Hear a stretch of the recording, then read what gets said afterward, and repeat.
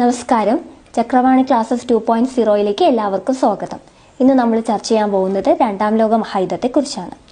രണ്ടാം ലോക മഹായുദ്ധം ആരംഭിച്ചത് 1939 സെപ്റ്റംബർ 1 മുതൽ 1945 സെപ്റ്റംബർ 2 വരെയാണ് രണ്ടാം ലോക മഹായുദ്ധത്തിൻ്റെ കാലഘട്ടം. നമ്മൾ ലാസ്റ്റ് ക്ലാസ്സിൽ ഒന്നാം ലോക മഹായുദ്ധത്തിനെ കുറിച്ച് പഠിച്ചിട്ടുണ്ടായിരുന്നു. ഒന്നാം ലോക മഹായുദ്ധം നടന്നത് 1914 1918 കാലഘട്ടത്തിലാണ്. ഒന്നാം ലോക മഹായുദ്ധത്തെക്കുറിച്ച് വുഡ്രോ വിൽസൺ പറഞ്ഞൊരു വാചകമാണ് എല്ലാ യുദ്ധങ്ങളും അവസാനിപ്പിക്കാനായി ഒരു യുദ്ധം. എല്ലാ യുദ്ധങ്ങളും അവസാനിപ്പിക്കാനായി ഒരു യുദ്ധം എന്നാണ് വുഡ്രോ വിൽസൺ ഒന്നാം ലോക മഹായുദ്ധത്തിനെ വിശേഷിപ്പിച്ചത്. എന്നാൽ ഏകദേശം 20 വർഷങ്ങൾക്ക് ശേഷം ലോകം രണ്ടാം ലോക മഹായുദ്ധത്തിന് സാക്ഷിയായി. ഈ രണ്ടാം ലോക മഹായുദ്ധത്തിലേക്ക് നയിച്ചതിന് ചില ഘടകങ്ങൾ കാരണമായിട്ടുണ്ട്. അതായത് യുദ്ധത്തിൻ്റെ പശ്ചാത്തലം. ആ പശ്ചാത്തലം എന്തൊക്കെയാണെന്ന് നമുക്ക് നോക്കാം. ഒന്നാമതായിട്ടുള്ളതാണ് emergence of fascism and Nazism. Fascism, Nazism എന്നീ ആശയങ്ങളുടെ വളർച്ച. ആദ്യമായിട്ട് നമ്മൾ പഠിക്കാൻ പോകുന്നത് ഫാസിസത്തിനെ കുറിച്ചിട്ടാണ്. ഫാസിസം എന്ന് കേൾക്കുമ്പോൾ ഓർക്കുക, ഫാസിസം രൂപീകൃതമായത് ഇറ്റലിയിലാണ്. ഫാസിസം ഏത് രാജ്യവുമായി ബന്ധപ്പെട്ടിരിക്കുന്നു? ഇറ്റലി. ഫാസിസം ബന്ധപ്പെട്ടിരിക്കുന്നത് ഇറ്റലിയുമായിട്ടാണ്. ഫാസിസത്തിന് നേതൃത്വം കൊടുത്ത നേതാവിൻ്റെ പേരാണ് മുസോളിനി. എന്താണ്? മുസോളിനി. ഫാസിസത്തിന് നേതൃത്വം കൊടുത്ത നേതാവാണ് മുസോളിനി. അടുത്തതായിട്ട് പ്രത്യേകിച്ച് ശ്രദ്ധിക്കേണ്ട ഒരു കാര്യം, മുസോളിനിയുടെ ഒരു പ്രശസ്തമായിട്ടുള്ളൊരു വാചകമുണ്ട്. അതെന്താണെന്ന് ചോദിച്ചാൽ, പുരുഷന് യുദ്ധം സ്ത്രീക്ക് മാതൃത്വം എന്നതുപോലെയാണ്. എന്താണ്? പുരുഷന് യുദ്ധം സ്ത്രീക്ക് മാതൃത്വം എന്നതുപോലെയാണ് എന്ന് അഭിപ്രായപ്പെട്ടത് ബെനിറ്റോ മുസോളിനിയാണ്. ബെനിറ്റോ മുസോളിനി, ഇറ്റലി, ഫാസിസം. അദ്ദേഹത്തിൻ്റെ ഒരു വാചകമാണ് പുരുഷന് യുദ്ധം സ്ത്രീക്ക് മാതൃത്വം എന്നതുപോലെയാണ്. ഇനി ഈ ഫാസിസം എന്ന വാക്ക് രൂപീകൃതമായിരിക്കുന്നത് ലാറ്റിൻ വേർഡിൽ നിന്നാണ്. ഏത് ലാംഗ്വേജിൽ നിന്നാണ്? ലാറ്റിൻ ലാംഗ്വേജിൽ നിന്നാണ് ഫാസിസം എന്ന വാക്ക് ഉടലെടുത്തിരിക്കുന്നത്. ഈ ഫാസിസം എന്ന വാക്ക് കൊണ്ട് അർത്ഥമാക്കുന്നത് ഒരു കെട്ട് ദണ്ടും അതിനു മുകളിൽ ഒരു കോടാലിയും. എന്താണ്? ഒരു കെട്ട് ദണ്ടും അതിനു മുകളിൽ ഒരു കോടാലിയും എന്നതാണ് ഫാസിസം എന്ന ലാറ്റിൻ വേർഡ് കൊണ്ട് അർത്ഥമാക്കുന്നത്. ഫാസിസം എന്ന ലാറ്റിൻ വേർഡിൻ്റെ അർത്ഥം ഒരു കെട്ട് ദണ്ടും അതിനു മുകളിൽ ഒരു കോടാലിയും. ഒരു കെട്ട് ദണ്ടും അതിനു മുകളിൽ ഒരു കോടാലിയും. ഇനി ഇദ്ദേഹത്തിൻ്റെ ഈ ഫാസിസത്തിൻ്റെ നേതാവാണ് ബെനിറ്റോ മുസോളിനി എന്ന് നമുക്കറിയാം. അദ്ദേഹത്തിൻ്റെ മിലിറ്ററി ഫോഴ്സ് ഏതാണെന്ന് നോക്കാം. അദ്ദേഹത്തിൻ്റെ മിലിറ്ററി ഫോഴ്സ് ആണ് ബ്ലാക്ക് ഷർട്ട്സ്, കരിങ്കുപ്പായക്കാർ. ബ്ലാക്ക് ഷർട്ട്സ് ആരുമായി ബന്ധപ്പെട്ടിരിക്കുന്നു എന്ന് ചോദിച്ചാൽ, ബ്ലാക്ക് ഷർട്ട്സ് ബെനിറ്റോ മുസോളിനിയുമായിട്ടാണ് ബന്ധപ്പെട്ടിരിക്കുന്നത്. നമുക്കറിയാം രണ്ടാം ലോക മഹായുദ്ധത്തിൻ്റെ പശ്ചാത്തലമായിട്ട് വരുന്ന ഘടകങ്ങളാണ് ഫാസിസവും നാസിസവും. അതിൽ നമ്മൾ ചർച്ച ചെയ്തുകൊണ്ടിരുന്ന ഫാസിസത്തിൻ്റെ കാര്യമാണ്. ഫാസിസം ആരംഭിച്ചത് ഇറ്റലിയിലാണ്. എന്താണ് പ്രത്യേകത? നേതൃത്വം കൊടുത്തത് ബെനിറ്റോ മുസോളിനിയാണ്. ഈ ഫാസിസം എന്ന ലാറ്റിൻ പദത്തിനർത്ഥം ഒരു കെട്ട് ദണ്ടും അതിനു മുകളിൽ ഒരു കോടാലിയും എന്നാണ്. മുസോളിനിയുടെ മിലിറ്ററി ഫോഴ്സ് അറിയപ്പെട്ടുന്ന പേരാണ് ബ്ലാക്ക് ഷർട്ട്സ് അഥവാ കരിങ്കുപ്പായക്കാർ.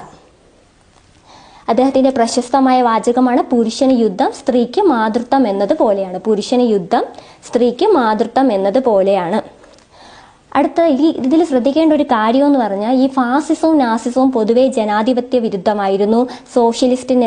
സോഷ്യലിസം എന്ന ആശയത്തിനെതിരായിരുന്നു. സൈനിക സ്വേച്ഛാധിപത്യത്തിന് മേധാവിത്വം നൽകിയിരുന്നു. തീവ്ര ദേശീയത പ്രചരിപ്പിക്കൽ എന്നിവയൊക്കെ ഈ രണ്ട് ആശയങ്ങളുടെയും പൊതുവായിട്ടുള്ള പ്രത്യേകതകളായിരുന്നു. ഈ കാലഘട്ടത്തിൽ ഈ മുസോളിനി ഈ ഇറ്റലിയിൽ സ്വേച്ഛാധിപതിയായിട്ടുണ്ടായിരുന്ന അതേ ടൈമിൽ ഉണ്ടായിരുന്ന ഒരു സോഷ്യലിസ്റ്റ് ചിന്തകന്റെ പേര് വളരെ ഇമ്പോർട്ടൻ്റ് ആണ്. സോഷ്യലിസ്റ്റിന്റെ ചിന്തകന്റെ പേരാണ് മെറ്റിയോറ്റി. ഇറ്റലിയിലുണ്ടായിരുന്ന സോഷ്യലിസ്റ്റ് ചിന്തകനാണ് മെറ്റിയോറ്റി. കാരണം മുസോളിനി സോഷ്യലിസത്തിനെതിരാണ്. ആ കാലഘട്ടത്തിൽ ഫാസിസത്തിൻ്റെ ക്രൂരതകളെക്കുറിച്ച് അവിടുത്തെ ജനങ്ങൾക്ക് മനസ്സിലാക്കി കൊടുക്കുന്നതിൽ ഒരു പ്രധാന പങ്ക് വഹിച്ച ഒരു സോഷ്യലിസ്റ്റ് ചിന്തകനാണ് മെറ്റിയോറ്റി. നമ്മൾ പറഞ്ഞായിരുന്നു ഫാസിസവും നാസിസവുമാണ് രണ്ടാം ലോക മഹായുദ്ധത്തിനുള്ള ഒരു കാരണമായിട്ടുണ്ട്. അതിൽ പ്രധാനപ്പെട്ടതെന്ന് വെച്ചാൽ ഇവയൊക്കെ ചില ആശയങ്ങൾക്ക് എതിരായിരുന്നു. എന്തിനൊക്കെയാണ്? ജനാധിപത്യ വിരുദ്ധത, അതുപോലെ തന്നെ സോഷ്യലിസത്തിനോടൊരു എതിർപ്പുണ്ടായിരുന്നു. ഇവരുടെ പ്രത്യേകതയാണ് തീവ്ര ദേശീയത പ്രചരിപ്പിക്കൽ. എന്തുമായി ബന്ധപ്പെട്ടിരിക്കുന്നു എന്ന് വെച്ചാൽ ഫാസിസവും നാസിസത്തിൻ്റെയും ഒരു പൊതുവായ ഘടകമാണ് തീവ്ര ദേശീയത പ്രചരിപ്പിക്കൽ. അതുപോലെ തന്നെ ഭൂതകാലത്തെ പ്രകീർത്തിക്കൽ. ഭൂതകാലം നല്ലതായിരുന്നു എന്നുള്ള രീതിയിലുള്ള ഒരു പ്രകീർത്തിക്കലും ഇവരുടെ പ്രത്യേകതമായിരുന്നു. രാഷ്ട്ര മഹത്വവൽക്കരണവും പ്രത്യേകതകളിൽ ഉൾപ്പെടുന്നതാണ്.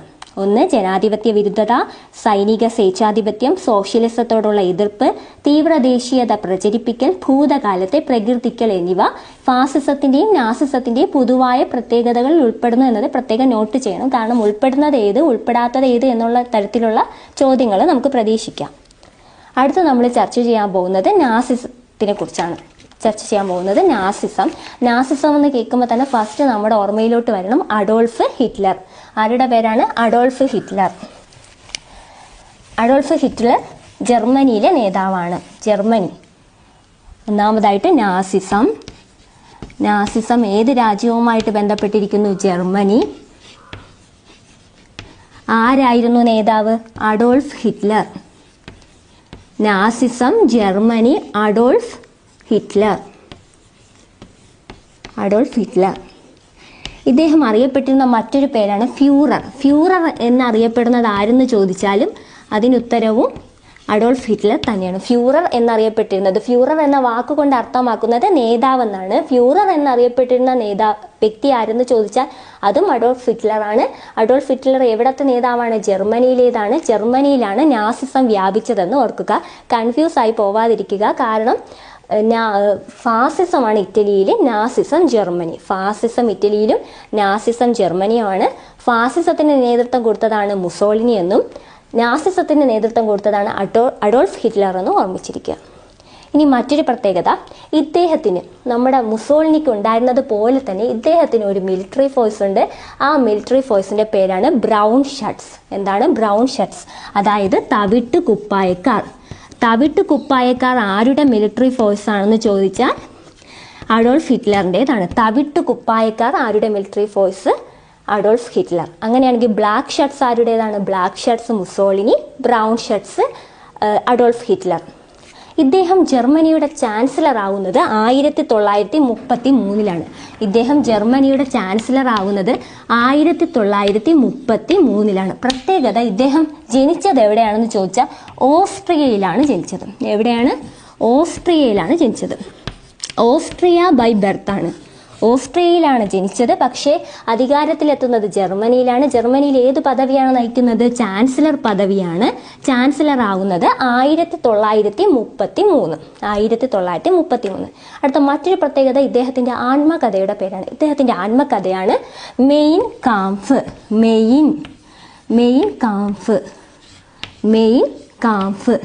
ഈ മെയിൻ കാംഫ് എന്നുകൊണ്ട് അർത്ഥമാക്കുന്നത് മൈ സ്ട്രഗിൾ എന്നതാണ്. മെയിൻ കാംഫിന്റെ അർത്ഥം മൈ സ്ട്രഗിൾ. അപ്പോൾ അഡോൾഫ് ഹിറ്റ്ലറിന്റെ ആത്മകഥയുടെ പേരാണ് മെയിൻ കാംഫ്. ഇദ്ദേഹം ആര്യന്മാരെ പ്രകീർത്തിക്കുന്ന ഒരു പ്രത്യേകത ഇദ്ദേഹത്തിൻ്റെതായിരുന്നു. ഒന്നും കൂടി ശ്രദ്ധിക്കാം. അഡോൾഫ് ഹിറ്റ്ലർ, അദ്ദേഹത്തിന്റെ രാജ്യം ജർമ്മനിയാണ്. ജർമ്മനിയിൽ ഏതാണ്? നാസിസമാണ് പ്രചരിപ്പിച്ചത്. ഫ്യൂറർ എന്നറിയപ്പെട്ടിരുന്ന വ്യക്തി ആരെന്ന് ചോദിച്ചാൽ അതും അഡോൾഫ് ഹിറ്റ്ലർ ആണ്. അഡോൾഫ് ഹിറ്റ്ലറിന്റെ മിലിറ്ററി ഫോഴ്സ് ആണ് ബ്രൗൺ ഷർട്ട്സ്. ഇദ്ദേഹം എവിടെയാണ് ജനിച്ചത്? ഓസ്ട്രിയയിലാണ്. 1933 ഇദ്ദേഹം ജർമ്മനിയുടെ ചാൻസലർ ആകുന്നത്.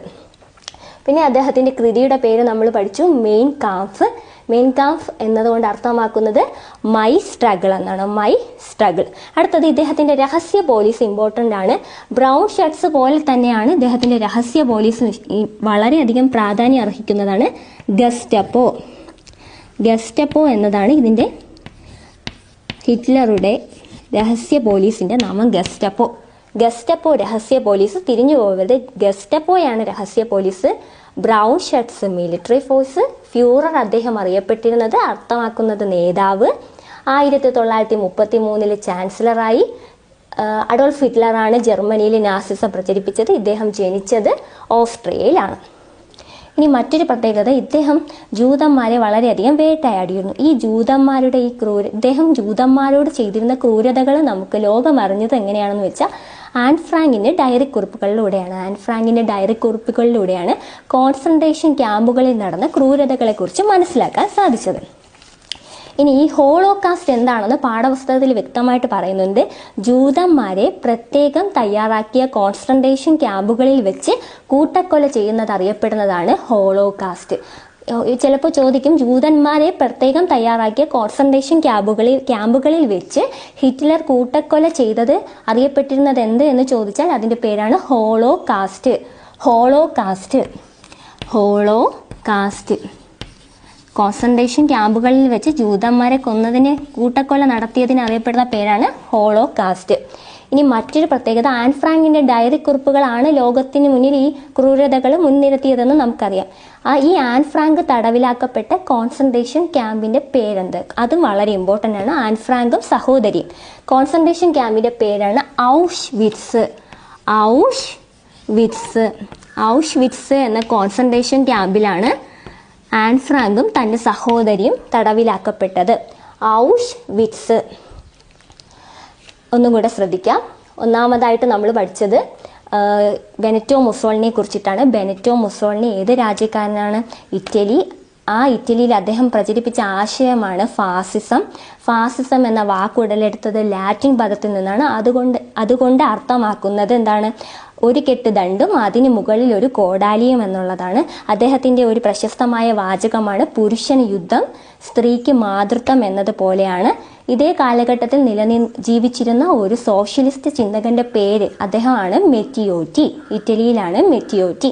അടുത്തതായിട്ട് നമ്മൾ ചർച്ച ചെയ്തത് ഹിറ്റ്ലറെ കുറിച്ചാണ്. Adolf Hitler. അദ്ദേഹത്തിൻ്റെ ജർമ്മനിയാണ്, പക്ഷെ അദ്ദേഹം ജനിച്ചത് ഓസ്ട്രിയയിലാണ്. ജർമ്മനിയിൽ ചാൻസലർ ആകുന്നത് 1933 ഓർമ്മിച്ചിരിക്കുക. അദ്ദേഹത്തിൻ്റെ മിലിറ്ററി ഫോഴ്സ് ആണ് ബ്രൗൺ ഷർട്ട്സ്, മുസോളിനിയുടേത് ബ്ലാക്ക് ഷർട്ട്സ്. അടുത്തത് ഹിറ്റ്ലറിൻ്റെ രഹസ്യ പോലീസിൻ്റെ പേരാണ് ഗസ്റ്റപ്പോ. പിന്നെ എന്താ പഠിച്ചത്? അദ്ദേഹത്തിൻ്റെ ആത്മകഥയാണ് മെയിൻ കാംഫ്. മെയിൻ കാംഫ് എന്നതുകൊണ്ട് അർത്ഥമാക്കുന്നത് മൈ സ്ട്രഗിൾ. ഫ്യൂറർ എന്നറിയപ്പെട്ടിരുന്ന നേതാവ് ആരെന്ന് ചോദിച്ചാലും അത് ഹിറ്റ്ലറാണ്. അടുത്തതായിട്ട് ഇദ്ദേഹത്തിൻ്റെ ക്രൂരതകളെക്കുറിച്ച് മനസ്സിലാക്കാൻ സാധിച്ചത് ആൻ ഫ്രാങ്കിൻ്റെ ഡയറി കുറിപ്പുകൾ എന്ന കൃതിയിലൂടെയാണ്. ആൻ ഫ്രാങ്ക് എന്ന് പറയുന്ന ഈ ജൂത പെൺകുട്ടിയും ആ കുട്ടിയുടെ സഹോദരിയും തടവിലാക്കപ്പെട്ട കോൺസെൻട്രേഷൻ ക്യാമ്പിൻ്റെ പേരാണ് ഔഷ്വിറ്റ്സ്. ഇനി എന്താണ് ഹോളോകാസ്റ്റ് എന്നുള്ളത് നമ്മൾ പഠിച്ചായിരുന്നു. ജൂതന്മാരെ പ്രത്യേകം തയ്യാറാക്കിയ കോൺസെൻട്രേഷൻ ക്യാമ്പുകളിൽ വെച്ച് കൂട്ടക്കൊല നടത്തുന്നതിനെയാണ്. ഹിറ്റ്ലർ കൂട്ടക്കൊല ചെയ്തതറിയപ്പെട്ടിരുന്നതാണ് ഹോളോകാസ്റ്റ്. പാഠപുസ്തകത്തിൽ മറ്റൊരു മലയാളിയുടെ പേര് പരാമർശിക്കപ്പെടുന്നുണ്ട്. അതാണ് ചെമ്പകരാമൻ പിള്ള. ആരാണ്? ചെമ്പകരാമൻ പിള്ള. ചെമ്പകരാമൻ പിള്ളയുടെ പ്രത്യേകത എന്താണ് എന്ന് നമുക്ക് നോക്കാം. ചെമ്പകരാമൻ പിള്ളയുടെ പ്രത്യേകത, 1914 ഇദ്ദേഹം മദ്രാസ് ആക്രമിച്ചു. ആരുടെ സഹായത്തോടെ? ജർമ്മനിയുടെ സഹായത്തോടെ മദ്രാസ് ആക്രമിച്ചു. മദ്രാസ് ആക്രമിച്ചതിന് കാരണം ബ്രിട്ടീഷുകാർക്കെതിരെയാണ് ആക്രമണം നടത്തിയത്. ഏത് മുങ്ങിക്കപ്പലിലാണ് വന്നതെന്നുള്ളത് പ്രധാനപ്പെട്ടതാണ്. എംടൺ എന്ന മുങ്ങിക്കപ്പലിലാണ് അദ്ദേഹം വന്നത്. എംടൺ എന്ന ജർമ്മൻ മുങ്ങിക്കപ്പലിൽ ബ്രിട്ടീഷുകാർക്കെതിരെ പോരാടിയ വ്യക്തിയാണ് ചെമ്പകരാമൻ പിള്ള. 1914 സെപ്റ്റംബർ 22 ഈ സംഭവം നടക്കുന്നത്. 1914 സെപ്റ്റംബർ 22 ചെമ്പകരാമൻ പിള്ള എംടൺ എന്ന ജർമ്മൻ മുങ്ങിക്കപ്പലിൽ ജർമ്മനിയുടെ സഹായത്തോടെ ബ്രിട്ടീഷുകാരെ ആക്രമിക്കുന്നു. എവിടെയാണ്? മദ്രാസ് ആണ് ആക്രമിക്കുന്നത്. മദ്രാസ്. എംടൺ കപ്പലിൽ മദ്രാസിൽ ബ്രിട്ടീഷുകാരെ ആക്രമിച്ചതിൽ പങ്കാളിത്തം വഹിച്ച അല്ലെങ്കിൽ നേതൃത്വം വഹിച്ച മലയാളി ആര് എന്നൊരു ചോദ്യം വന്നാൽ അതിനുത്തരം ചെമ്പകരാമൻ പിള്ളയാണ്. എന്നാണ്? 1914 സെപ്റ്റംബർ 22. എംടൺ എന്ന് പറയുന്നത് ഇതൊരു മുങ്ങിക്കപ്പലാണ്. ആരുടെ മുങ്ങിക്കപ്പലാണ്? ജർമ്മനിയുടെ മുങ്ങിക്കപ്പലാണ്. ഇനി മറ്റൊരു പ്രത്യേകത എന്താണെന്ന് വെച്ചാൽ, കാബൂൾ ആസ്ഥാനമാക്കി രാജാ മഹേന്ദ്ര പ്രതാപ് കാബൂൾ ആസ്ഥാനമാക്കി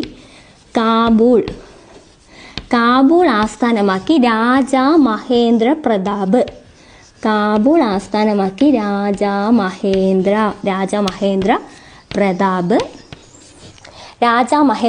സ്ഥാപിച്ച ഒന്നാം സ്വതന്ത്ര ഭാരത സർക്കാരിലെ വിദേശകാര്യ വകുപ്പ് മന്ത്രിയായിരുന്നു ചെമ്പകരാമൻ പിള്ള. കാബൂൾ ആസ്ഥാനമാക്കി രാജാ മഹേന്ദ്ര പ്രതാപ് സ്ഥാപിച്ച ഒന്നാമത്തെ സ്വതന്ത്ര ഭാരത സർക്കാരിൽ വിദേശകാര്യ വകുപ്പ് മന്ത്രിയായിരുന്നു ചെമ്പകരാമൻ പിള്ള. ഈ ഒന്നാമത്തെ സ്വതന്ത്ര ഭാരത സർക്കാരില് പ്രസിഡന്റ് ആരായിരുന്നു? പ്രസിഡന്റ് രാജാ മഹേന്ദ്ര പ്രതാപ് തന്നെയായിരുന്നു. അതാണ് വിദേശകാര്യ വകുപ്പ് ആരാണ്? ചെമ്പകരാമൻ പിള്ള. ഇനി പ്രധാനമന്ത്രി പദവി വഹിച്ചത് ആരാണെന്ന് നോക്കാം. പ്രധാനമന്ത്രി പദവി വഹിച്ചത് മൗലാന ബർക്കത്തുള്ള. മൗലാന ബർക്കത്തുള്ള.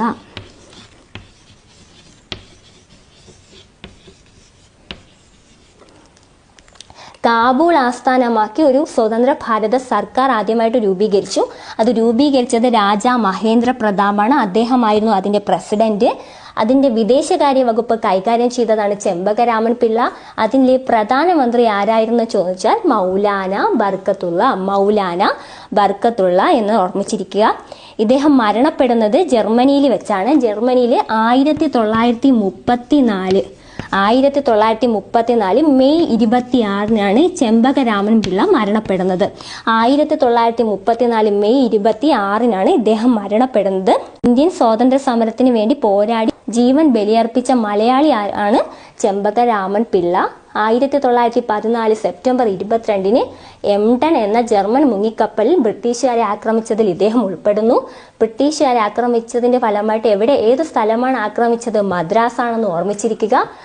അടുത്തത് രാജാ മഹേന്ദ്ര പ്രതാപ് കാബൂൾ ആസ്ഥാനമാക്കി രൂപീകരിച്ച സ്വതന്ത്ര ഭാരത സർക്കാരിലെ വിദേശകാര്യ വകുപ്പ് മന്ത്രി ആരാണെന്ന് ചോദിച്ച ചെമ്പകരാമൻ പിള്ള. പ്രധാനമന്ത്രി ആരാണെന്ന് ചോദിച്ച മൗലാന ബർക്കത്തുള്ള. പ്രസിഡന്റ് രാജാ മഹേന്ദ്ര പ്രതാപ് തന്നെയാണ്. 1934 മെയ് 26 അദ്ദേഹം അന്തരിക്കുന്നു. രണ്ടാം ലോക മഹായുദ്ധത്തിന്റെ കാലയളവ് ഞാൻ ആദ്യം മുതലേ പറഞ്ഞായിരുന്നു. 1939 സെപ്റ്റംബർ 1 മുതൽ 1945 സെപ്റ്റംബർ 2 വരെ. അതിന്റെ സാഹചര്യത്തിൽ നമ്മൾ സെപ്റ്റംബറിനെ കുറിച്ചൊരു 5 ഡേറ്റ് എങ്കിലും പരാമർശിച്ചിട്ട് പോകാം. ഒന്നാമത്തത് സെപ്റ്റംബർ 2 കുറിച്ചാണ് പറയുന്നത്. സെപ്റ്റംബർ 2 ലോക നാളികേര ദിനം. ലോക നാളികേര ദിനമാണ് സെപ്റ്റംബർ 2. ലോക നാളികേര ദിനമാണ് സെപ്റ്റംബർ 2. അടുത്ത പ്രത്യേകത സെപ്റ്റംബർ 5. സെപ്റ്റംബർ 5 പ്രത്യേകത എന്താണ്? ദേശീയ അധ്യാപക ദിനം. ദേശീയ അധ്യാപക ദിനമാണ് സെപ്റ്റംബർ 5. ദേശീയ അധ്യാപക ദിനമാണ് സെപ്റ്റംബർ 5. അടുത്ത പ്രത്യേകത സെപ്റ്റംബർ 8. സെപ്റ്റംബർ 8 എന്താണ്? സാക്ഷരതാ ദിനം. ലോക സാക്ഷരതാ ദിനമാണ് സെപ്റ്റംബർ 8. അടുത്ത പ്രത്യേകത സെപ്റ്റംബർ 14. സെപ്റ്റംബർ 14 ഹിന്ദി ദിനം. Hindi Divas September 14.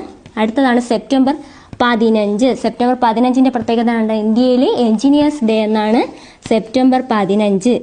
Engineers day. അടുത്തത് സെപ്റ്റംബർ 16 ഓസോൺ ദിനം. സെപ്റ്റംബർ 16 ഓസോൺ ദിനം. അടുത്തത് സെപ്റ്റംബർ 21 എന്താണ്? അൽഷിമേഴ്സ് ദിനം. അൽഷിമേഴ്സ് ദിനമാണ് സെപ്റ്റംബർ 21. ഇനി ഒന്നും കൂടി നമുക്ക് പഠിക്കാം. സെപ്റ്റംബർ 27 എന്താണ്?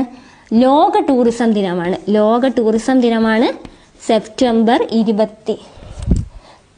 ഒന്നുകൂടെ പറയാം. സെപ്റ്റംബർ 2 നാളികേര ദിനം. സെപ്റ്റംബർ 2 നാളികേര ദിനം.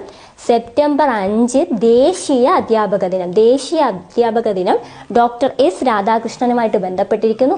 ദേശീയ അധ്യാപക ദിനം സെപ്റ്റംബർ 5 ആണെങ്കിൽ ലോക അധ്യാപക ദിനം ഒക്ടോബർ 5 ആണ്. ലോക അധ്യാപക ദിനം ഒക്ടോബർ 5 ആണ്. അടുത്ത പ്രത്യേകത ലോക സാക്ഷരതാ ദിനം സെപ്റ്റംബർ 8 ആണ്. ലോക സാക്ഷരതാ ദിനം സെപ്റ്റംബർ 8. അടുത്ത പ്രത്യേകത സെപ്റ്റംബർ 14. സെപ്റ്റംബർ 14 ഹിന്ദി ദിനമാണ്. അടുത്തത് സെപ്റ്റംബർ 15 എഞ്ചിനീയേഴ്സ് ഡേ ആണ്. ആരുമായിട്ട് ബന്ധപ്പെട്ടിരിക്കുന്നു? എം വിശ്വേശ്വരയ്യയുമായിട്ട് ബന്ധപ്പെട്ടിരിക്കുന്നു. അടുത്തത് സെപ്റ്റംബർ 16 ഓസോൺ ഡേ ആണ്. സെപ്റ്റംബർ 21 അൽഷിമേഴ്സ് ഡേ ആണ്. സെപ്റ്റംബർ 27 ടൂറിസം ദിനമാണ്. ലോക ടൂറിസം ദിനം. ലോക ടൂറിസം ദിനമാണ് സെപ്റ്റംബർ 27. ജാനുവരി 25 ആണ് ദേശീയ ടൂറിസ ദിനം. ജനുവരി വോട്ടേഴ്സ് ഡേയുടെ അന്നാണ് ദേശീയ ടൂറിസ ദിനമെന്ന് ഓർമ്മിച്ചിരിക്കുക. വോട്ടേഴ്സ് ഡേയുടെ അന്നാണ് ദേശീയ ടൂറിസ ദിനം. ദേശീയ ടൂറിസ ദിനം 27 ആണ്. സെപ്റ്റംബർ 27 ആണ് ലോക ടൂറിസം ദിനമെങ്കിൽ ജനുവരി 25 ആണ് ദേശീയ വിനോദസഞ്ചാര ദിനം. സെപ്റ്റംബറിന്റെ കുറച്ച് പ്രത്യേകതകളാണ് പറഞ്ഞത്. നമ്മൾ രണ്ടാം ലോക മഹായുദ്ധത്തിന്റെ പശ്ചാത്തലങ്ങളിൽ ആദ്യത്തത് ചർച്ച ചെയ്തായിരുന്നു, എമർജൻസ് ഓഫ് നാസിസം ആൻഡ് ഫാസിസം. ഇനി മറ്റൊരു ഘടകവും കാരണമായിട്ടുണ്ട്, അതാണ് പാരീസ് ട്രീറ്റി 1919. 1919 Paris treaty. നമുക്കറിയാം ഒന്നാം ലോക മഹായുദ്ധം അവസാനിച്ചത് ഈ പാരീസ് പീസ് കോൺഫറൻസിൽ വെച്ചിട്ടാണ്. പലതരം ഉടമ്പടികളുടെ ഫലമായിട്ടാണ് ഒന്നാം ലോക മഹായുദ്ധം അവസാനിക്കുന്നത്. ഈ പാരീസ് ട്രീറ്റി പ്രത്യക്ഷമായും പരോക്ഷമായിട്ടും രണ്ടാം ലോക മഹായുദ്ധത്തിന് കാരണമായിട്ടുണ്ട്. എങ്ങനെയാണ് കാരണമായതെന്ന് നോക്കാം. വിജയിച്ച രാജ്യങ്ങൾ പരാജയപ്പെട്ട രാജ്യങ്ങളുടെ കോളനികൾ പിടിച്ചെടുത്തു, അതവർ വീതിച്ചെടുത്തതൊക്കെ നമ്മൾ പഠിച്ചതാണ്. ഇങ്ങനെ ചെയ്തപ്പോൾ സൗഹാർദ്ദ ശക്തിയിലോട്ട് വന്ന വ്യക്തിയാണ് ഇറ്റലി. സൗഹാർദ്ദ ശക്തിയിലോട്ട് വന്ന രാജ്യമാണ് ഇറ്റലി. അതായത് വിജയിച്ച കൂട്ടത്തിലുണ്ടായിരുന്നതാണ് ഇറ്റലി. എന്നാൽ ഇറ്റലിക്ക് യാതൊരു തരത്തിലുള്ള കോളനികളോ മാർക്കറ്റുകളോ ഒന്നും തന്നെ ലഭിച്ചില്ല. ഇങ്ങനെയുള്ളൊരു സാഹചര്യത്തിൽ തങ്ങളുടെ എക്കണോമിക് പൊളിറ്റിക്കൽ സ്റ്റെബിലിറ്റി വർദ്ധിക്കുന്നതിനായിട്ട് ഇറ്റലി എന്ത് ചെയ്തു? വീക്ക് നാഷൻസിനെ, ദുർബലരായ രാഷ്ട്രങ്ങളെ ആക്രമിക്കാൻ തുടങ്ങി. ഒന്നാം ലോക മഹായുദ്ധത്തിൽ ഏറ്റവും കൂടുതൽ നഷ്ടങ്ങളുണ്ടായത് ജർമ്മനിക്കാണെന്നറിയാം. എന്നാൽ ഈ സ്വേച്ഛാധിപതിയായിട്ടുള്ള അഡോൾഫ് ഹിറ്റ്ലർ ജർമ്മനിയിൽ അധികാരത്തിൽ വന്നതിനെ തുടർന്ന് 6 വർഷങ്ങൾ കൊണ്ട് തന്നെ അവിടെ സമ്പൽ സമൃദ്ധിയും സൈനിക ശക്തിയും ഒക്കെ വർദ്ധിക്കുന്നതിന് കാരണമായി. ഇങ്ങനെയുള്ള സാഹചര്യങ്ങളിൽ അവർക്ക് അന്ന് 1919 പീസ് ട്രീറ്റി അല്ലെങ്കിൽ വെർസായിൽസ് ഉടമ്പടി പ്രകാരം ഒരുപാട് നാണക്കേടും നാശനഷ്ടങ്ങളും ഒക്കെ തന്നെ ഉണ്ടായി. ഇതെല്ലാം തന്നെ മാറ്റുന്നതിന് വേണ്ടിയിട്ട് ഇവർ എക്കണോമിക് പൊളിറ്റിക്കൽ സ്റ്റെബിലിറ്റിക്ക് വേണ്ടി വീക്കർ, അതായത് ദുർബലരായ രാഷ്ട്രങ്ങളെ ആക്രമിക്കാൻ തുടങ്ങി. ഇതിനായിട്ട് ഇവരൊരു ശക്തി അല്ലെങ്കിൽ ഇവരൊരു ഗ്രൂപ്പ് രൂപീകരിച്ചു. ആ ഗ്രൂപ്പിൻ്റെ പേരാണ് ആക്സിസ് പവേഴ്സ്. എന്താണ്?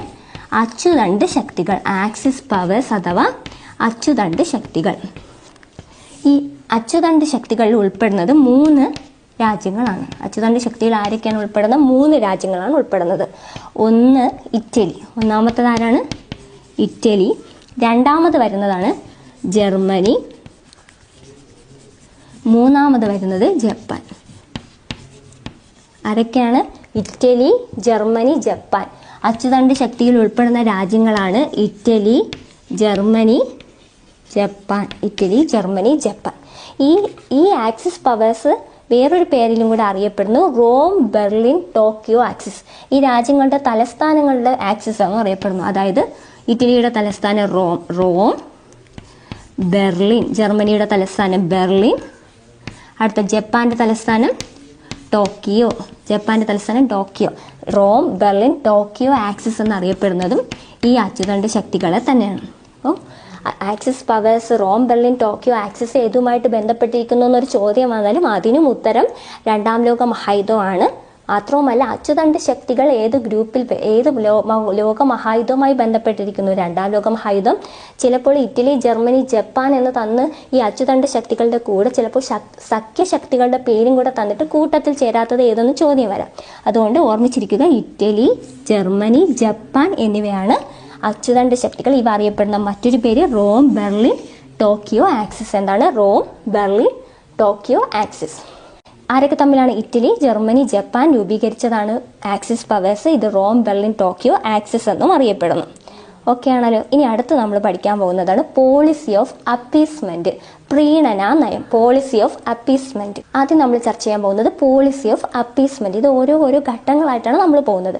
പോളിസി ഓഫ് അപ്പീസ്മെന്റിന്റെ മലയാളമാണ് പ്രീണന നയം. പ്രീണന നയം. ഈ പ്രീണന നയം കൊണ്ട് അർത്ഥമാക്കുന്നത് നമ്മൾ നേരത്തെ പഠിച്ചു അച്ചുതണ്ട് ശക്തികൾ. ആരൊക്കെയാണ്? Italy, Germany, Japan. Italy, Germany, Japan അല്ലെങ്കിൽ റോം, ബെർലിൻ, ടോക്കിയോ ആക്സിസ്. ഇവരുടെ ഫാസിസ്റ്റ് ആക്രമണങ്ങൾ, അതായത് ദുർബലരായ രാഷ്ട്രങ്ങളെ ആക്രമിക്കുന്നത് ബ്രിട്ടൻ, ഫ്രാൻസ് തുടങ്ങിയ രാജ്യങ്ങൾ. ആരൊക്കെ? ബ്രിട്ടൻ, ഫ്രാൻസ് തുടങ്ങിയ രാജ്യങ്ങൾ പ്രോത്സാഹിപ്പിച്ചു. കാരണം എന്താണ്? അവരിതൊന്നും എതിർത്തില്ല.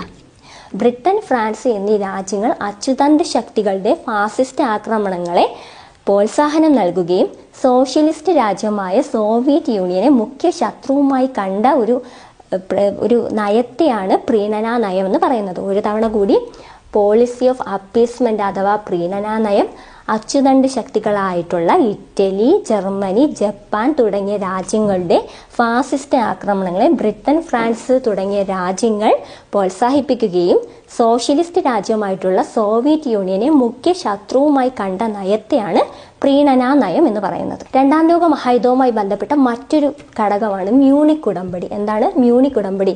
മ്യൂണിക് ഉടമ്പടി നടന്ന വർഷം 1938. വർഷങ്ങൾ ഇമ്പോർട്ടൻ്റ് ആണ്, ശ്രദ്ധിച്ചോണം. ചിലപ്പോൾ വർഷങ്ങൾ തന്നിട്ട് കാലഗണന പ്രകാരം ശരിയായ രീതിയിൽ ചെയ്യൂ എന്നുള്ള രീതി ചോദ്യം പ്രതീക്ഷിക്കാം. അതുകൊണ്ട് 1938 മ്യൂണിക് പാക്റ്റ് അഥവാ മ്യൂണിക് ഉടമ്പടി. ഇനി മ്യൂണിക് ഉടമ്പടി എന്താണെന്ന് നോക്കാം. ചരിത്രത്തിലെ ഏറ്റവും ഹീനമായ ഉടമ്പടി എന്നാണ് മ്യൂണിക് ഉടമ്പടി അറിയപ്പെടുന്നത്. ഇതൊരു പ്രീണന നയത്തിന് ഉദാഹരണമാണ്. ചരിത്രത്തിലെ ഏറ്റവും ഹീനമായ ഉടമ്പടി എന്നറിയപ്പെടുന്നു. അങ്ങനെ പറയാൻ കാരണം ചെക്കോസ്ലോവാക്യ, ഏത് സ്ഥലമാണ്?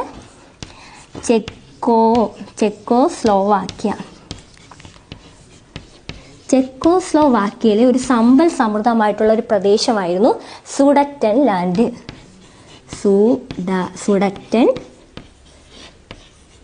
സുഡറ്റൻ ലാൻഡ് ചെക്കോസ്ലോവാക്യയിലെ ഒരു സമ്പൽ സമൃദ്ധമായ പ്രദേശമായിരുന്നു സുഡറ്റൻ ലാൻഡ്. ഈ സുഡറ്റൻ ലാൻഡിൽ ഹിറ്റ്ലർ അല്ലെങ്കിൽ ജർമ്മനി അവകാശവാദം ഉന്നയിച്ചു. ഒന്നുകൂടെ, ചെക്കോസ്ലോവാക്യയിലെ ഒരു പ്രദേശമാണ് സുഡറ്റൻ ലാൻഡ്. ഒരു സമ്പൽ സമൃദ്ധമായിട്ട് ഒരു പ്രദേശമാണ്. ഈ പ്രദേശത്തിൽ ആര് അവകാശവാദം ഉന്നയിച്ചു? ഹിറ്റ്ലർ അല്ലെങ്കിൽ ജർമ്മനി അവകാശവാദം ഉന്നയിച്ചു. 1919 പാരീസ് ട്രീറ്റി പ്രകാരം ഈ സുഡറ്റൻ ലാൻഡ് ആരുടെ അധികാരത്തിലായിരുന്നു, അല്ലെങ്കിൽ ആരുടെ അധികാര പരിധിയിൽ വരുന്നതാണെന്ന് ചോദിച്ചാൽ ബ്രിട്ടൻ, ഫ്രാൻസ് തുടങ്ങിയ രാജ്യങ്ങളുടെ അധികാര പരിധിയിൽ വരുന്നതായിരുന്നു ഈ സുഡറ്റൻ ലാൻഡ്. അതിനെ തുടർന്ന് ഈ സുഡറ്റൻ ലാൻഡിൽ ഹിറ്റ്ലർ അവകാശവാദം ഉന്നയിച്ചതുകൊണ്ട് ഏതൊക്കെ രാജ്യങ്ങളുടെ പ്രതിനിധികൾ ജർമ്മനിയിലെ മ്യൂണിക്കിൽ പങ്കെടുത്തു? Britain, France, Italy, Germany.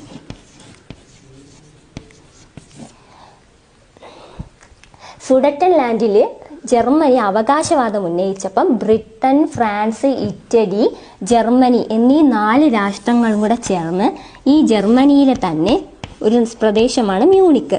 ജർമ്മനിയിലെ പ്രദേശമായിട്ടുള്ള മ്യൂണിക്കിൽ ഒത്തുചേരുകയും ഇവരെല്ലാവരും കൂടെ ചേർന്ന തീരുമാനത്തിൽ ഈ ചെക്കോസ്ലോവാക്യയുടെ പ്രദേശമായ സുഡറ്റൻ ലാൻഡ് ആർക്ക് നൽകുന്നു? ജർമ്മനിക്ക് നൽകുന്നു, അല്ലെങ്കിൽ ഹിറ്റ്ലറിന് നൽകുന്ന ഒരു നയമാണ്, അല്ലെങ്കിൽ നടന്ന ഒരു ഉടമ്പടിയാണ് മ്യൂണിക് ഉടമ്പടി എന്ന് പറയുന്നത്. ഒരു തവണ കൂടി ശ്രദ്ധിക്കാം. ചെക്കോസ്ലോവാക്യയിലെ ഒരു പ്രദേശമാണ് സുഡറ്റൻ ലാൻഡ്, സമ്പൽ സമൃദ്ധമായിട്ടുള്ള പ്രദേശം. ഈ പ്രദേശത്തിൽ ജർമ്മനി അവകാശവാദം ഉന്നയിച്ചു. അതിനെ തുടർന്ന് ബ്രിട്ടൻ, ഫ്രാൻസ്, ഇറ്റലി, ജർമ്മനി എന്നീ രാഷ്ട്രങ്ങളുടെ പ്രതിനിധികൾ മ്യൂണിക്കിൽ ഒരുമിച്ച് ചേർന്നു. അതുകൊണ്ടാണ് മ്യൂണിക് ഉടമ്പടി എന്നറിയപ്പെടുന്നത്. 1938 ഈ മ്യൂണിക്കിൽ ഒത്തുചേർന്നതിന് ശേഷം ചെക്കോസ്ലോവാക്യ ഇതിന് ക്ഷണിച്ചിട്ടില്ല. ചെക്കോസ്ലോവാക്യയോട് കൺസിഡർ ചെയ്യാതെ ഈ സുഡറ്റൻ ലാൻഡിന്റെ അധികാരം ആർക്ക് നൽകുന്നതാണ്? ജർമ്മനിക്ക് നൽകുന്ന ഉടമ്പടിയാണ് ചരിത്രത്തിലെ ഏറ്റവും ഹീനമായ ഉടമ്പടി, മ്യൂണിക് ഉടമ്പടി എന്നറിയപ്പെടുന്നത്. മ്യൂണിക് ഉടമ്പടി 1938 നമ്മൾ പഠിച്ചു. അടുത്ത ഒരു പ്രത്യേകതയാണ് 1939. 1939 നടന്നതാണ് അനാക്രമണ സന്ധി അല്ലെങ്കിൽ നോൺ അഗ്രഷൻ പാക്ട്. അനാക്രമണ സന്ധി ഏതൊരു ലോകമഹായുദ്ധവുമായി ബന്ധപ്പെട്ടിരിക്കുന്നു? 2ാം ലോകമഹായുദ്ധവുമായി ബന്ധപ്പെട്ടിരിക്കുന്നു. 2 രാഷ്ട്രങ്ങൾ തമ്മിലുള്ളൊരു സൈൻ ആണ് അനാക്രമണ സന്ധി എന്നറിയപ്പെടുന്നത്. ആരൊക്കെ തമ്മിലാണ്? സോവിയറ്റ് യൂണിയനും ജർമ്മനിയും തമ്മിലുള്ളൊരു കരാറാണ് അനാക്രമണ സന്ധി എന്നറിയപ്പെടുന്നത്. സോവിയറ്റ് യൂണിയനും ജർമ്മനി, ഇതിൽ 2 വ്യവസ്ഥകളാണ് ഉണ്ടായിരുന്നത്. സോവിയറ്റ് യൂണിയനും ജർമ്മനിയും കൂടി സൈൻ ചെയ്ത 1939 സൈൻ ചെയ്ത അനാക്രമണ സന്ധിയിലെ പ്രത്യേകതകൾ 2 2 രാജ്യങ്ങളും പരസ്പരം ആക്രമിക്കില്ല. ഒന്നാമത്തെ പ്രത്യേകത 2 രാജ്യങ്ങളും പരസ്പരം ആക്രമിക്കില്ല. 2ാമത്തെ പ്രത്യേകത പോളണ്ട് പങ്കുവെക്കാമെന്നുള്ള വ്യവസ്ഥ. പോളണ്ട് പങ്കുവെക്കാമെന്നും 2 രാജ്യങ്ങൾ തമ്മിൽ പരസ്പരം ആക്രമിക്കില്ല എന്നതുമാണ് അനാക്രമണ സന്ധിയിലെ പ്രത്യേകത. ആരൊക്കെയാണ്? സോവിയറ്റ് യൂണിയനും ജർമ്മനിയും തമ്മിലാണ് സൈൻ ചെയ്തത്. എന്ന് സൈൻ ചെയ്തു? 1939. ഇനിയാണ് നമ്മൾ പ്രധാന മേഖലയിലോട്ട് കിടക്കുന്നത്. പെട്ടെന്നുള്ള കാരണം, 2ാം ലോക മഹായുദ്ധത്തിന്റെ പെട്ടെന്നുള്ള കാരണം എന്താണെന്ന് ചോദിച്ചാൽ 1939 സെപ്റ്റംബർ 1. നമുക്ക് പഠിക്കാൻ എളുപ്പമുണ്ട്. 1ാം ലോക മഹായുദ്ധം ആരംഭിച്ചു എന്ന് നമ്മൾ പറയുന്ന അതേ സെയിം ഡേറ്റ് തന്നെയാണ് ജർമ്മനി പോളണ്ട് ആക്രമിച്ചു. ജർമ്മനി എവിടെയാണ് ആക്രമിച്ചത്? Poland. Germany Poland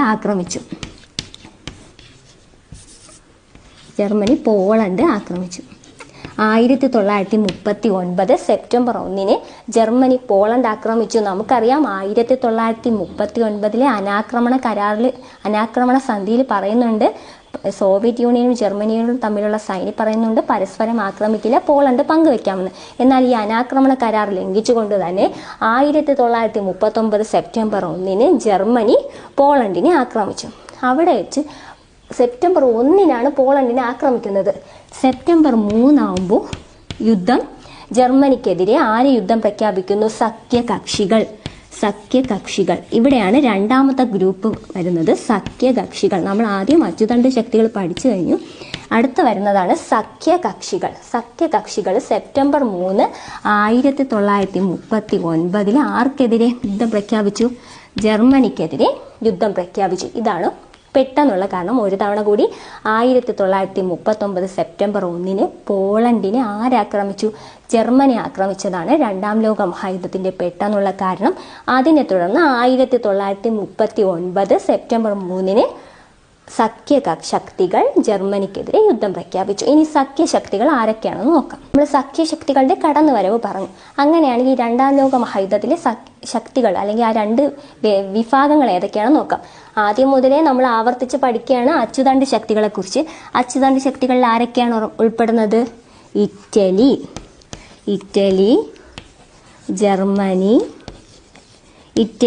Germany, Japan. ഇവരുടെയൊക്കെ തലസ്ഥാനങ്ങളുടെ പേരിൽ തന്നെ റോം, ബെർലിൻ, ടോക്കിയോ, ആക്സിസ് എന്നറിയപ്പെടുന്നതും അച്ചുതണ്ട് ശക്തികളാണെന്ന് ഓർമ്മിച്ചിരിക്കണം. രണ്ടാം ലോക മഹായുദ്ധവുമായി ബന്ധപ്പെട്ടതാണ് അച്ചുതണ്ട് ശക്തികൾ. ഇനി അച്ചുതണ്ട് ശക്തികൾക്ക് എതിർ വിഭാഗം ആരാണ്? സഖ്യശക്തികൾ. ചിലപ്പോൾ സഖ്യശക്തികളിൽ ഉൾപ്പെടുന്നതോ ഉൾപ്പെടാത്തതോ എന്ന് ചോദ്യം നമുക്ക് പ്രതീക്ഷിക്കാം. സഖ്യശക്തികളിൽ ഉൾപ്പെടുന്നതാണ്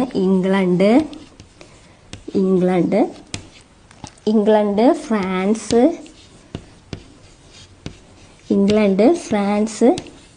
ചൈന. ഈ 3 രാജ്യങ്ങൾ ആദ്യം നമ്മൾ പഠിച്ചു മാറ്റണം. ബാക്കി രാജ്യങ്ങളുടെ കടന്നുവരവ് പറയുന്നതാണ്. 1 ഇംഗ്ലണ്ട്, 2 ഫ്രാൻസ്, 3 ചൈന. ഒരു തവണ കൂടി അച്ചുതണ്ട് ശക്തികളും സഖ്യശക്തികളും രണ്ടാം ലോക മഹായുദ്ധവുമായി ബന്ധപ്പെട്ടിരിക്കുന്നു. അച്ചുതണ്ട് ശക്തികളാണ് ഇറ്റലി, ജർമ്മനി, ജപ്പാൻ. സഖ്യശക്തികളിൽ ആരൊക്കെയാണ് വരുന്നത്? England, France, China. അതായത് ആൻറ്റി ഫാസിസ്റ്റ് അലയൻസ് ആണിത്. അതായത് ഈ ഫാസിസ്റ്റ് പ്രവർത്തനങ്ങൾക്ക് എതിരെയുള്ള സംഘടനയാണ് ഇത്. ഇതിന് ഇംഗ്ലീഷിൽ പറയുന്നത് അലൈഡ് പവേഴ്സ് എന്നാണ്.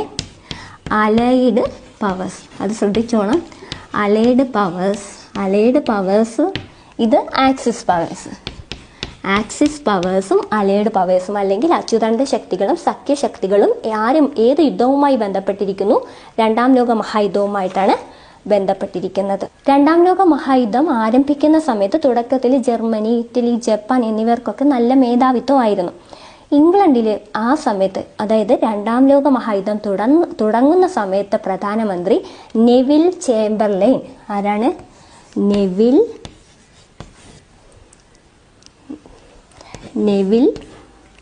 ചേംബർലൈൻ. ഒരു വ്യക്തിയുടെ പേരാണ്, ഒറ്റ പേരാണ്. Neville Chamberlain.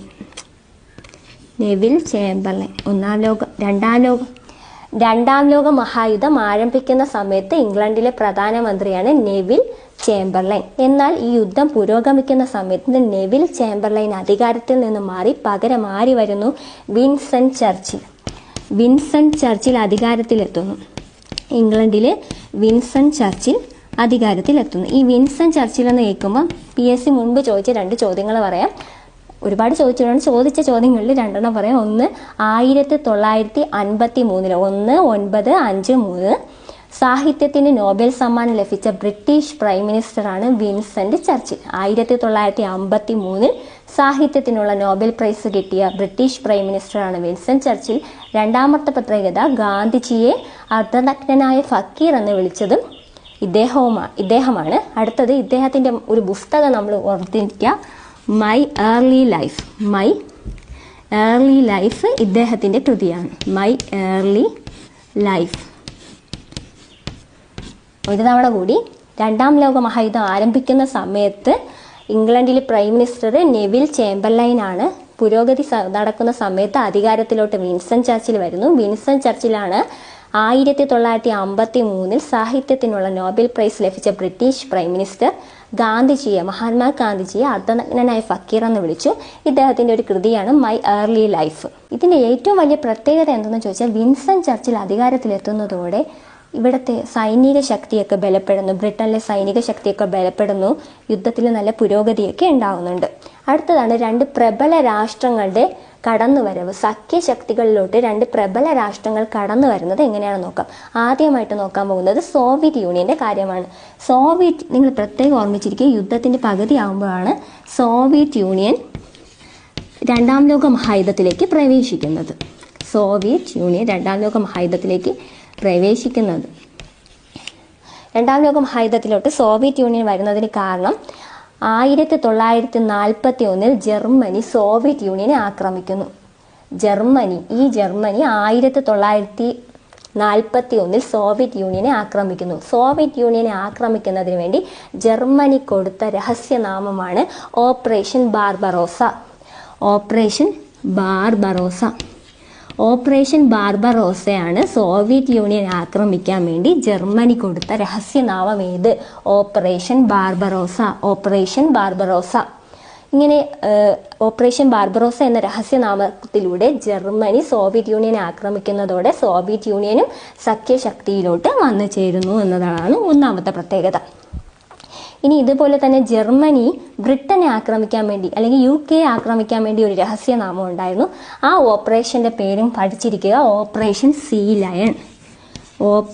സീ ലയൺ എന്തുമായി ബന്ധപ്പെട്ടിരിക്കുന്നു എന്ന് ചോദിച്ചാൽ അതും ജർമ്മനിയുടെ ഒരു ആക്രമണമാണ്. പക്ഷേ സോവിയറ്റ് യൂണിയനെ അല്ല, UK അല്ലെങ്കിൽ ബ്രിട്ടനെ ആക്രമിക്കാനുള്ള ജർമ്മനിയുടെ രഹസ്യ പദ്ധതിയാണ് സീ ലയൺ. ഒരു തവണ കൂടി പറയാം, നമ്മൾ രണ്ട് ഓപ്പറേഷൻസിന്റെ കാര്യം പറഞ്ഞു. ഇത് രണ്ടും ഗൂഢാലോചന നടത്തിയത് ജർമ്മനിയാണ്. ആർക്കൊക്കെ എതിരെയെന്ന് ചോദിച്ചാൽ ഓപ്പറേഷൻ ബാർബറോസ സോവിയറ്റ് യൂണിയനെതിരെയും ഓപ്പറേഷൻ സീ ലയൺ UK അല്ലെങ്കിൽ ബ്രിട്ടനെതിരെയുള്ള രഹസ്യ ദൗത്യത്തിന്റെ പേരാണ്. ഈ ഓപ്പറേഷൻ ബാർബറോസ കാരണമാണ് സോവിയറ്റ് യൂണിയൻ സഖ്യശക്തികളിലോട്ട് ചേരുന്നു. അടുത്തതാണ് ഏറ്റവും വലിയ പ്രത്യേകത, അമേരിക്കയുടെ കടന്നുവരവ്. രണ്ടാം ലോക മഹായുദ്ധത്തിൽ അമേരിക്കയുടെ കടന്നുവരവ്. അമേരിക്ക ഇതിൽ പ്രത്യക്ഷമായിട്ട് വരാനുള്ള കാരണം എന്തെന്ന് പറഞ്ഞാൽ ജപ്പാൻ അമേരിക്കയെ ആക്രമിക്കുന്നു. എന്നാണ് ആക്രമിക്കുന്നത്? 1941 ഡിസംബർ 7 ആണ് ആക്രമിക്കുന്നത്. എവിടെയാണ് ആക്രമിക്കുന്നത്? Pearl Harbor. അമേരിക്കയിലെ പേൾ ഹാർബർ ആക്രമിക്കുന്നു. ആരാക്രമിക്കുന്നു? ജപ്പാൻ. ആക്രമിക്കുന്നത് ജപ്പാനാണെന്ന് ഓർമ്മിച്ചിരിക്കണം. ജപ്പാൻ 1941 ഡിസംബർ 7 പേൾ ഹാർബർ ആക്രമിക്കുന്നു. ഈ പേൾ ഹാർബറിന്റെ പ്രത്യേകത, അമേരിക്കയിലെ ഒരു സംസ്ഥാനമാണ് ഹവായ്. ഹവായ് ഒരു ഐലൻഡ് ആണെന്ന് ഓർമ്മിച്ചിരിക്കുക.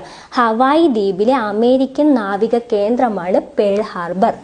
ഹവായ് ദ്വീപിലെ അമേരിക്കൻ നാവിക കേന്ദ്രമാണ് പേൾ ഹാർബർ. ഹവായ് ദ്വീപിലെ അമേരിക്കൻ നാവിക കേന്ദ്രമാണ് പേൾ ഹാർബർ. ഈ Pearl Harbor 1941 December 7 Japan ആക്രമിക്കുന്നു.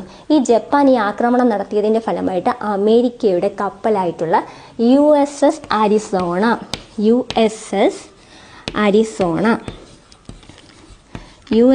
Arizona തകരുന്നു. ഒരുപാട് നാശനഷ്ടങ്ങൾ അമേരിക്കയ്ക്ക് ഉണ്ടാകുന്നു. ഈ പേൾ ഹാർബർ ആക്രമണത്തിലൂടെ തകർന്ന കപ്പൽ USS അരിസോണയാണെന്ന് ഓർമ്മിച്ചിരിക്കുക. ഇതിന് ജപ്പാൻ ഇങ്ങനൊരു ഈ ഒരു മോട്ടീവ് നടത്താനുള്ള കാരണം ഈ പസഫിക് റീജിയനിലെ ഒരു സാമ്പത്തിക താല്പര്യമായിരുന്നു ജപ്പാൻ ഇങ്ങനെ ഒരു പേൾ ഹാർബർ ആക്രമണം നടത്താൻ കാരണമായത്. ഇതിനെ തുടർന്ന് അമേരിക്ക ജപ്പാനെതിരെ യുദ്ധം പ്രഖ്യാപിച്ചു. അങ്ങനെയാണ് അമേരിക്ക ഏത് ഗ്രൂപ്പിൽ വരുന്നത്? സഖ്യശക്തിയിലോട്ട് അടുത്ത ആളായിട്ട് വരുന്നത്. അടുത്തൊരു പ്രബല ശക്തിയായിട്ട് അമേരിക്ക വരികയും അമേരിക്ക ജപ്പാനെതിരെ യുദ്ധം പ്രഖ്യാപിക്കുകയും ചെയ്തു. ഓക്കെ ആണല്ലോ. അങ്ങനെയാകുമ്പോൾ ഇനി സഖ്യശക്തികൾ ഉൾപ്പെടുന്നത് ആരൊക്കെയാണ്? England, France, China. അടുത്ത രണ്ടുപേരാണ് സോവിയറ്റ് യൂണിയനും അമേരിക്കയും. പ്രത്യേകിച്ച് ഓർമ്മിച്ചിരിക്കുക, സോവിയറ്റ് യൂണിയനും അമേരിക്കയും. ഓപ്പറേഷൻ ബാർബറോസയാണ് സോവിയറ്റ് യൂണിയനെ ആക്രമിക്കാനുള്ള ജർമ്മനിയുടെ രഹസ്യ ദൗത്യം. അമേരിക്ക കടന്നു വരാനുള്ള കാരണം പേൾ ഹാർബർ ആക്രമണം 1941 ഡിസംബർ 7. പേൾ ഹാർബർ എന്ന് പറയുന്നത് ഹവായ് ദ്വീപിലെ അമേരിക്കയുടെ നാവിക കേന്ദ്രമാണ്. അത് ആക്രമിക്കുന്നതിൻ്റെ ഫലമായിട്ട് അമേരിക്കൻ കപ്പലായിട്ടുള്ള USS അരിസോണ തകരുകയും ഒരുപാട് നാശനഷ്ടങ്ങൾ അമേരിക്കയ്ക്ക് ഉണ്ടാവുകയും ചെയ്യുന്നു. തുടർന്ന് അമേരിക്ക ജപ്പാനെതിരെ യുദ്ധം പ്രഖ്യാപിക്കുകയും സഖ്യശക്തികളിൽ ഉൾപ്പെടുകയും ചെയ്യുന്നു. സോവിയറ്റ് യൂണിയനും അമേരിക്കയും കൂടി സഖ്യശക്തികളിൽ വന്നതോടെ സഖ്യശക്തി കുറച്ചും കൂടി വികസിച്ചു. അച്ചുതണ്ട് ശക്തികൾക്ക് തുടർന്ന് പരാജയങ്ങളാണ് ഉണ്ടാകുന്നത്. അതിനെ തുടർന്ന് ആദ്യം സറണ്ടർ ആയത് ഇറ്റലിയാണ്. ആ ഗ്രൂപ്പിൽ ആദ്യം ഇറ്റലി സറണ്ടർ ആവുന്നുണ്ട്. ഇറ്റലി പരാജയം സമ്മതിക്കുന്നു. എന്നാൽ ഇറ്റലി പരാജയം സമ്മതിച്ചെങ്കിലും ജർമ്മനി ആദ്യം ഒന്നും പരാജയത്തിന് സറണ്ടർ ആവാൻ തയ്യാറായില്ല. തുടർന്ന് സോവിയറ്റ് സേന ജർമ്മൻ തലസ്ഥാനമായിട്ടുള്ള ബെർലിനിലേക്ക് പോകുന്നുണ്ട്, ബെർലിനിലേക്ക് എത്തിച്ചേരുന്നു. ഹിറ്റ്ലർ അതേ ടൈമിൽ ഹിറ്റ്ലർ കൂടി പ്രണയിനിയുണ്ട്. അവരുടെ പേരാണ് ഇവാ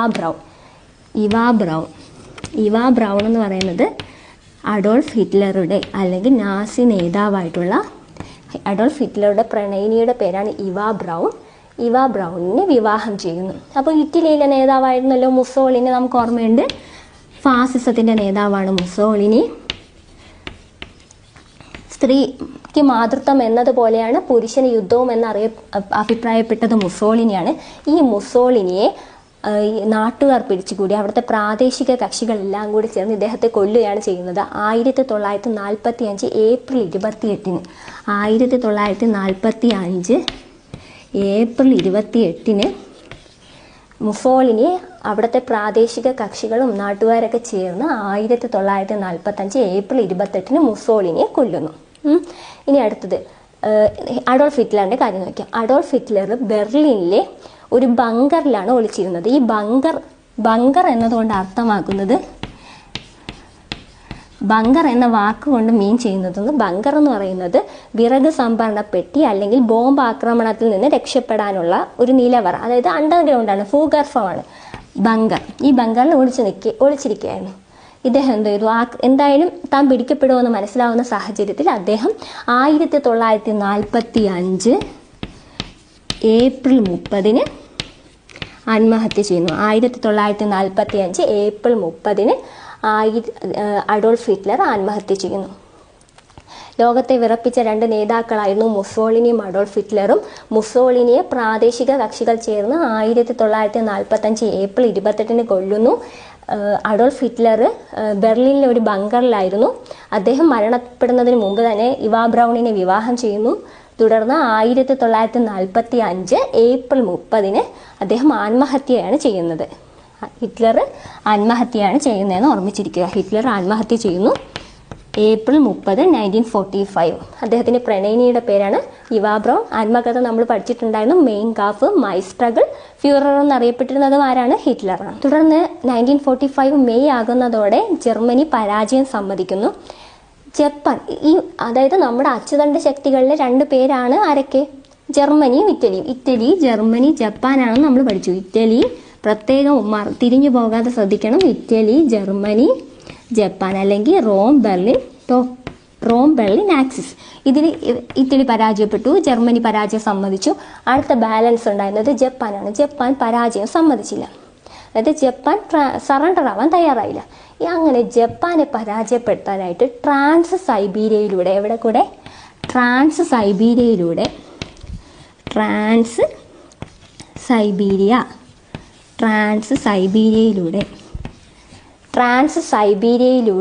സൈനിക നീക്കം നടത്തിയ രാജ്യം ഏതെന്ന് ചോദിച്ചാൽ സോവിയറ്റ് യൂണിയനാണ്.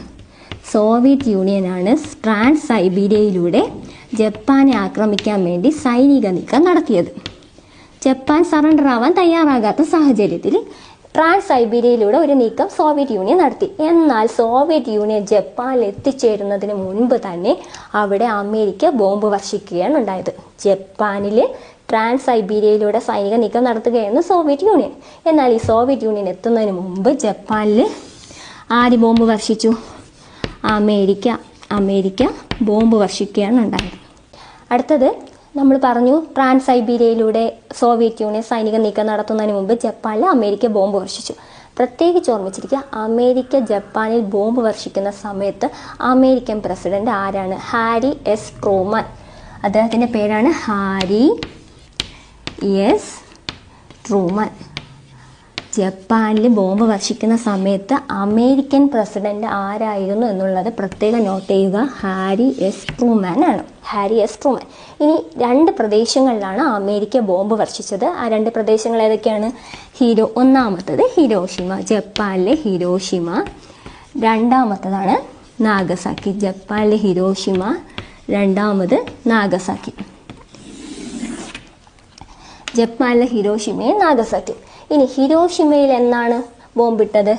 1945 ഓഗസ്റ്റ് 6. 1945 ഓഗസ്റ്റ് 6 ഹിരോഷിമയിൽ ബോംബിട്ടത്. അതിന് 3 ദിവസത്തിന് ശേഷമാണ് നാഗസാക്കിയിൽ 1945 ഓഗസ്റ്റ് 9. ഓക്കെ ആണല്ലോ. ഓഗസ്റ്റ് 6 ഹിരോഷിമയിലും ഓഗസ്റ്റ് 9 നാഗസാക്കിയിലുമാണ് ബോംബിട്ടത്. ഹിരോഷിമയിലിട്ട ബോംബിൻ്റെ പേരാണ് ലിറ്റിൽ ബോയ്.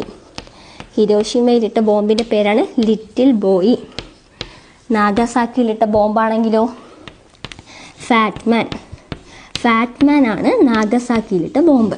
ഇനി ലിറ്റിൽ ബോയ് എന്ന ബോംബ് നിറച്ചിരിക്കുന്നത് എന്താണ്? യുറേനിയം നിറച്ച ബോംബാണ് ലിറ്റിൽ ബോയ്, യുറേനിയം. അതേസമയം ഫാറ്റ്മാനിൽ എന്താണ് നിറച്ചിരിക്കുന്നത്? പ്ലൂട്ടോണിയം. പ്ലൂട്ടോണിയം നിറച്ചതാണ് ഫാറ്റ്മാൻ. തിരിഞ്ഞു പോകരുത്. യുറേനിയം ലിറ്റിൽ മാനും പ്ലൂട്ടോണിയം ഫാറ്റ്മാനും. അടുത്തത്, ഈ ഹിരോഷിമയിൽ ഈ ലിറ്റിൽ ബോയ് എന്ന ബോംബ് വർഷിക്കുന്നതിന് ഉപയോഗിച്ച വിമാനമാണ് എനോലാഗെ. ചിലപ്പോൾ ഉച്ചാരണത്തിൽ വ്യത്യാസങ്ങൾ വരും. എനോലാഗെ എന്ന് പറയുന്നത്. ഇനി നാഗസാക്കിയിൽ ഫാറ്റ്മാൻ എന്ന ബോംബ് വർഷിച്ച വിമാനമാണ് ബോക്സ് കാർ. നമ്മളിപ്പോൾ ബോക്സ്, പെൻസിൽ ബോക്സ് പോലെ ബോക്സ് കാറാണ് നാഗസാക്കിയിൽ. ഹിരോഷിമയിൽ ആരാണ്? എനോലാഗെ. അടുത്തത്, ഈ എനോലാഗെ എന്ന വിമാനം പറത്തിയ വൈമാനികൻ്റെ പേര് അല്ലെങ്കിൽ പൈലറ്റാണ് പോൾ ടിബറ്റ്സ്. വൈമാനികൻ, പൈലറ്റ് പോൾ ടിബറ്റ്സ്. അടുത്തത് നാഗസാക്കിയിൽ ആരാണ്? Charles Sweeney. ഹിരോഷിമയിൽ ബോംബ് വർഷിച്ച വൈമാനികൻ പോൾ ടിബറ്റ്സ്, നാഗസാക്കിയിൽ ചാൾസ് സ്വീനി. ഒരു തവണ കൂടി, 1945 ട്രാൻസ് സൈബീരിയയിലൂടെ സോവിയറ്റ് യൂണിയൻ സൈനിക നീക്കം നടത്തിക്കൊണ്ട് വരികയായിരുന്നു. അതിനു മുമ്പ് അമേരിക്ക ജപ്പാനിൽ ബോംബ് വർഷിച്ചു. ഹിരോഷിമയിലും നാഗസാക്കിയിലുമാണ് ബോംബ് വർഷിച്ചത്. 1945 ഓഗസ്റ്റ് 6 ഓഗസ്റ്റ് 9 ഹിരോഷിമയിൽ ലിറ്റിൽ ബോയ്, നാഗസാക്കിയിൽ ഫാറ്റ്മാൻ. ഹിരോഷിമയിലെ ലിറ്റിൽ ബോയ് യുറേനിയം നിറച്ചതാണ്, ഫാറ്റ്മാൻ പ്ലൂട്ടോണിയം നിറച്ചതാണ്. എനോലാഗെ എന്ന വിമാനമാണ് ഹിരോഷിമയിൽ, നാഗസാക്കിയിലെ ബോക്സ് കാർ. ഹിരോഷിമയിലെ വൈമാനികൻ അല്ലെങ്കിൽ എനോലാഗെ എന്ന വിമാനം പറത്തിയ വൈമാനികൻ പൈലറ്റ് പോൾ ടിബറ്റ്സ്, നാഗസാക്കിയിലാണെങ്കിൽ ചാൾസ് സ്വീനിയുമാണ്. ഈ സമയത്ത് American president Harry S Truman എന്ന് നമ്മൾ പറഞ്ഞു, അമേരിക്കൻ പ്രസിഡന്റാണ്. ഇനി ഹിരോഷിമ നാഗസാക്കി ദുരന്തം പേറി ജീവിക്കുന്ന മനുഷ്യർ അറിയപ്പെടുന്നതാണ് ഹിബാകുഷ. എന്താണ്? ഹിബാകുഷ. ഈ ഹിബാകുഷ എന്ന വാക്ക്, ഈ ജപ്പാനീസ് വാക്ക് കൊണ്ട് അർത്ഥമാക്കുന്നത് എക്സ്പ്ലോഷൻ അഫക്റ്റ് പീപ്പിൾ. എക്സ്പ്ലോഷന് വിധേയരായ മനുഷ്യർ എന്നറിയപ്പെടുന്ന ജപ്പാനീസ് വാക്കാണിത്, ഹിബാകുഷ. അടുത്തത്, ഹിരോഷിമയിലെ ബോംബ് വർഷത്തിൻ്റെ ഫലമായുണ്ടായ അണുവികരണത്തിനിരയായ ഒരു ബാലികയാണ് സഡാക്കോ സസുക്കി. ആരാണ്? സഡാക്കോ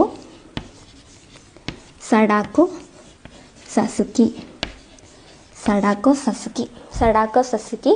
ഇതിനെ അതിജീവിച്ച മനുഷ്യർ അറിയപ്പെടുന്ന പേരാണ് ഹിബാകുഷ. അതിന് ഇരയായ ഒരു ബാലികയാണ് സഡാക്കോ സസുക്കി.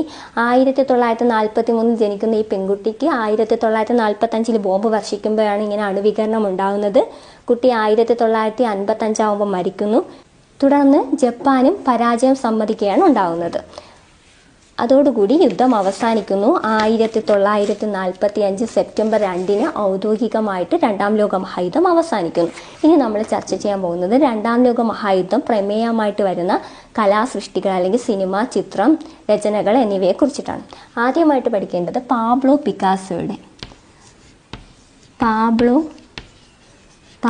പിക്കാസോയുടെ ഒരു പെയിൻറ്റിംഗ് ആണ്. പാബ്ലോ പിക്കാസോയുടെ പെയിൻറ്റിങ്ങിൻ്റെ പേരാണ് ഗൊർണിക്ക എന്നതാണ് പാബ്ലോ പിക്കാസോയുടെ പെയിൻറ്റിങ്ങിൻ്റെ പേര്.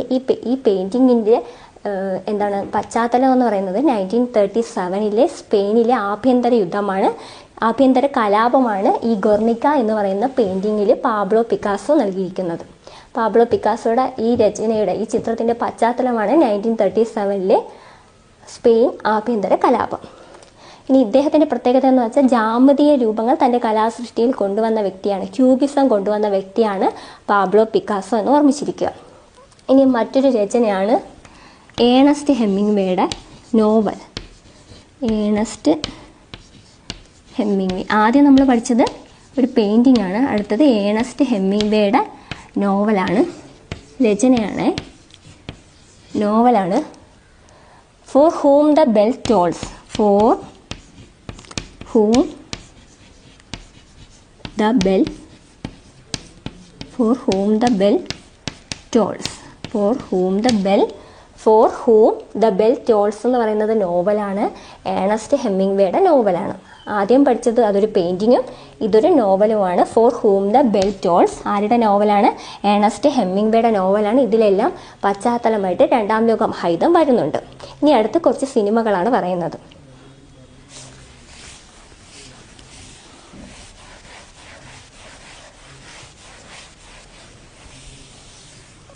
സിനിമകൾ നമ്മൾ ആദ്യം ചർച്ച ചെയ്യാൻ പോകുന്നത് Andrey വൈദ.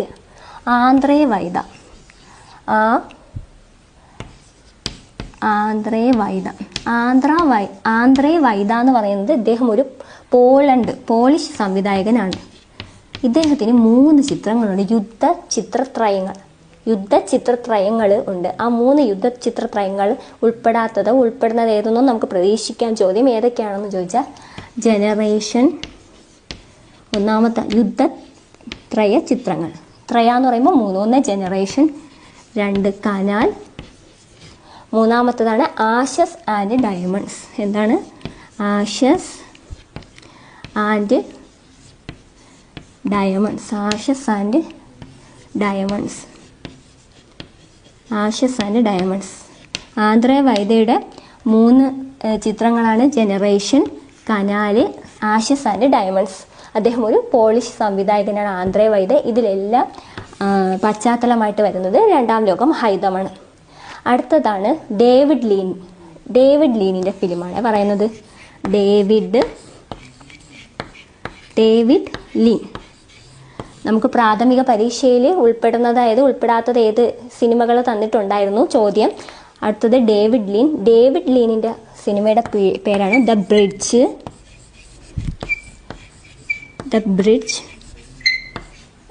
Bridge on the River Kwai. The Bridge on the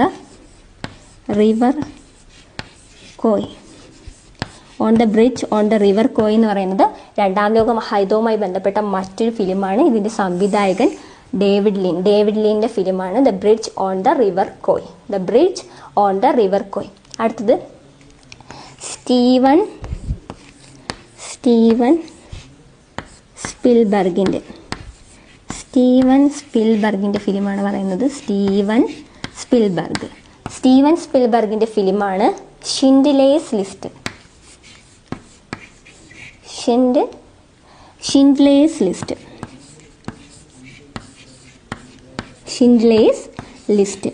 Schindler's ലിസ്റ്റിലും പ്രതിപാദ്യ വിഷയമായിട്ട് വരുന്നത് രണ്ടാം ലോക മഹായുദ്ധമാണ്.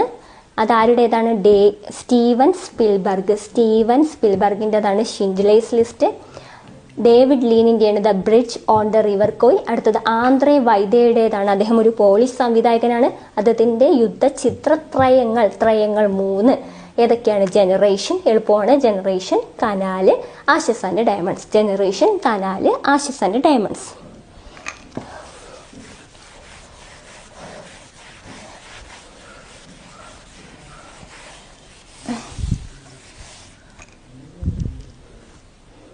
അടുത്തതാണ് അലൻ റെനയുടെ ഫിലിമാണ്.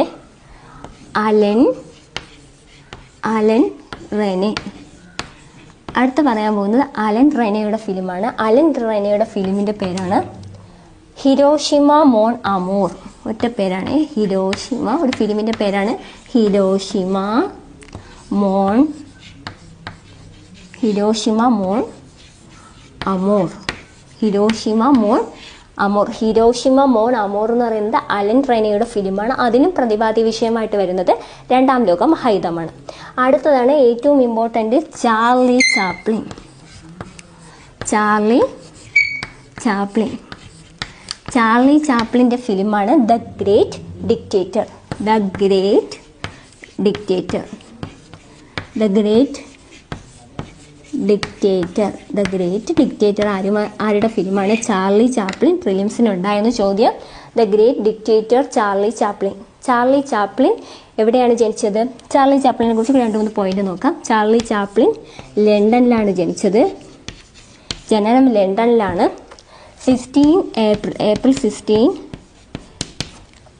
1889 ആണ് അദ്ദേഹത്തിൻ്റെ കാലഘട്ടം. ഇദ്ദേഹം മരണപ്പെടുന്നത് എളുപ്പമാണ്, ക്രിസ്മസ് ദിനത്തിൻ്റെ അന്നാണ്. 25 ഡിസംബർ 25, 1977. ഡിസംബർ 25, 1977. ലണ്ടനിലെ ജനനം 16 ഏപ്രിൽ 1889, മരണപ്പെടുന്നത് 25 ഡിസംബർ 1977. ഇദ്ദേഹം മരണപ്പെടുന്നത് സ്വിറ്റ്സർലൻഡിൽ വെച്ചാണ്. സ്വിറ്റ്സർലൻഡിൽ വെച്ചാണ് മരണപ്പെടുന്നത്. ജനനം ലണ്ടനിലാണ്. ഇദ്ദേഹത്തിൻ്റെ ഒറിജിനൽ പേരും കൂടി പഠിച്ചിരിക്കാം. Charles Spencer Chaplin. Charles Spencer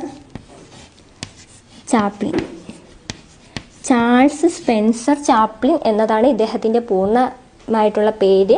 ഇനിയുള്ളത് ഇദ്ദേഹത്തിൻ്റെ കുറച്ച് ഫിലിംസാണ്. ഒന്ന് നമ്മൾ ദ ഗ്രേറ്റ് ഡിക്റ്റേറ്റർ പഠിച്ചു. ഇനി മറ്റ് കുറച്ച് ഫിലിംസാണ്. ദ കിഡ് അദ്ദേഹത്തിൻ്റെ ഒരു സിനിമയാണ്. മറ്റൊരു സിനിമയാണ് മോഡേൺ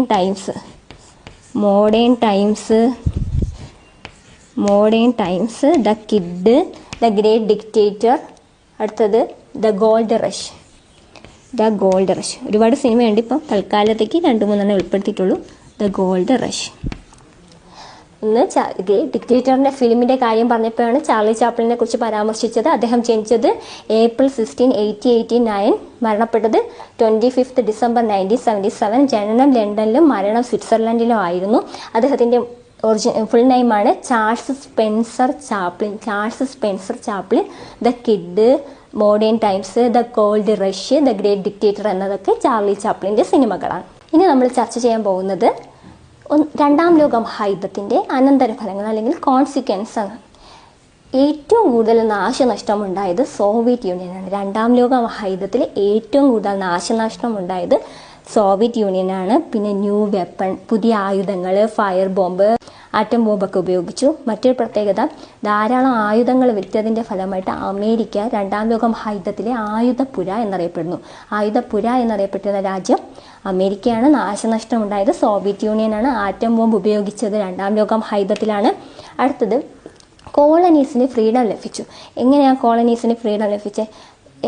ഈ കോളനികളായിരുന്ന രാജ്യങ്ങളിൽ അവിടെ ദേശീയ പ്രസ്ഥാനങ്ങൾ രൂപീകരിക്കുകയും അവിടെ സാമ്രാജ്യത്വ ശക്തികളെ ചോദ്യം ചെയ്യുകയും ഉണ്ടായി. അതിനെ തുടർന്ന് സ്വാതന്ത്ര്യത്തിന് വേണ്ടിയിട്ടുള്ള പ്രസ്ഥാനങ്ങൾ രൂപപ്പെടുന്നു. അങ്ങനെ ചില കോളനികൾക്ക് സ്വാതന്ത്ര്യം ലഭിച്ചു. അങ്ങനെ അതിന് നേതൃത്വം കൊടുത്ത ചില വ്യക്തികളാണ്. ഒന്ന്, ഗാന്ധിജി. കോളനികളിലെ സ്വാതന്ത്ര്യ സമരങ്ങൾക്ക് നേതൃത്വം കൊടുത്ത നേതാക്കളും രാജ്യങ്ങളുമാണ്. ഇന്ത്യയിലെ നേതൃത്വം കൊടുത്തത് ആരാണ്? ഗാന്ധിജി. രാഷ്ട്രപിതാവാണ് ഗാന്ധിജി. അടുത്തത് സൗത്ത് ആഫ്രിക്ക. ദക്ഷിണാഫ്രിക്കയിലെ നേതൃത്വം കൊടുത്തത് ആരാണ്? മാഡിബ എന്നറിയപ്പെടുന്ന നെൽസൺ മണ്ടേല. അദ്ദേഹത്തിൻ്റെ ആത്മകഥയാണ് ലോങ് വാക്ക് ടു ഫ്രീഡം. ആരുടെ ആത്മകഥയാണ്? മണ്ടേല. മാഡിബ എന്നാണ് അറിയപ്പെട്ടിരുന്നത്. അടുത്ത മൂന്നാമത്തെ രാജ്യമാണ് ഘാന. ഘാനയിൽ നേതൃത്വം കൊടുത്തത് കോമി എൻ ക്രൂമ. ആരാണ്?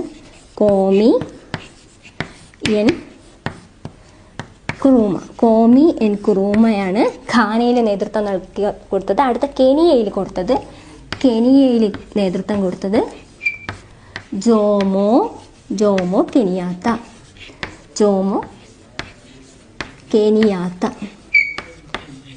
കെനിയാത്ത. രണ്ടാം ലോക മഹായുദ്ധത്തിൻ്റെ ഫലമായിട്ട് കോളനീസിന് സ്വാതന്ത്ര്യം ലഭിച്ചു. കോളനികളിൽ നാഷണൽ മൂവ്മെൻറ്റ്സ് ഉണ്ടായി. ഇമ്പീരിയൽ പവേഴ്സിനെ ചോദ്യം ചെയ്തു.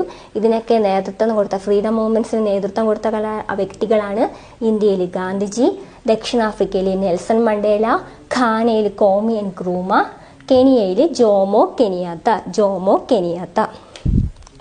അടുത്തത് സെക്കൻഡ് വേൾഡ് വാറിൻ്റെ മറ്റൊരു പ്രത്യേകതയാണ് രണ്ട് പ്രബല രാഷ്ട്രങ്ങളായിട്ട് റഷ്യയും അമേരിക്കയും ഉയർന്നു വന്നത്, അല്ലെങ്കിൽ സോവിയറ്റ് യൂണിയനും അമേരിക്കയും രണ്ട് പ്രബല ശക്തികളായിട്ട് ഉയർന്നു വന്നതും രണ്ടാം ലോക മഹായുദ്ധത്തിൻ്റെ അനന്തരഫലങ്ങളിൽ ഉൾപ്പെടുന്നു. മറ്റൊരു പ്രത്യേകത, ലോക സമാധാനത്തിന് വേണ്ടി UNO ഐക്യരാഷ്ട്രസഭ രൂപീകരിച്ചു. ലോക സമാധാനത്തിന് വേണ്ടി ഐക്യരാഷ്ട്രസഭ രൂപീകരിച്ചു. ഒന്നാം ലോക മഹായുദ്ധത്തിൻ്റെ ഫലമായിട്ടാണ് ലീഗ് ഓഫ് നേഷൻ അഥവാ സർവ്വരാജ്യ സഖ്യം. രണ്ടാം ലോക മഹായുദ്ധത്തിൻ്റെതാണ് ഐക്യരാഷ്ട്രസഭ അഥവാ UNO. അടുത്തത്, ഇനി രണ്ടാം ലോക മഹായുദ്ധം അവസാനിക്കുന്ന സമയത്ത് ഓരോ രാഷ്ട്രങ്ങളിലെയും പ്രതിനിധികൾ അല്ലെങ്കിൽ നേതാക്കൾ ആരൊക്കെയാണെന്ന് നോക്കാം.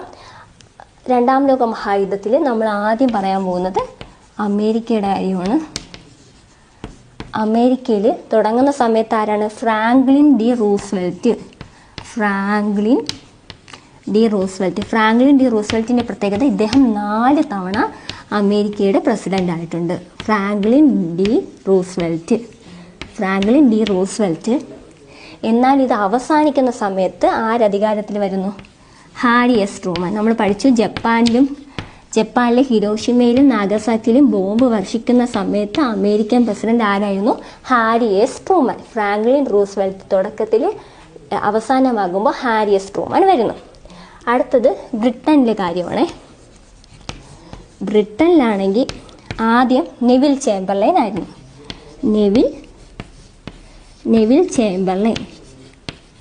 നെവിൽ ചേംബർലൈൻ മാറി പകരം വിൻസൻ ചർച്ചിൽ അധികാരത്തിൽ എത്തുന്ന സമയത്താണ് യുദ്ധത്തിന് പുരോഗതി വരുന്നു, സൈന്യം മെച്ചപ്പെടുന്നു എന്നൊക്കെ നമ്മൾ പഠിച്ചത്. വിൻസൻ ചർച്ചിൽ വരുന്നു. എന്നാൽ യുദ്ധം അവസാനിക്കുന്ന സമയത്ത് ബ്രിട്ടീഷ് പ്രൈം മിനിസ്റ്റർ ആരെന്നുള്ളത് ഇമ്പോർട്ടൻ്റ് ആണ്.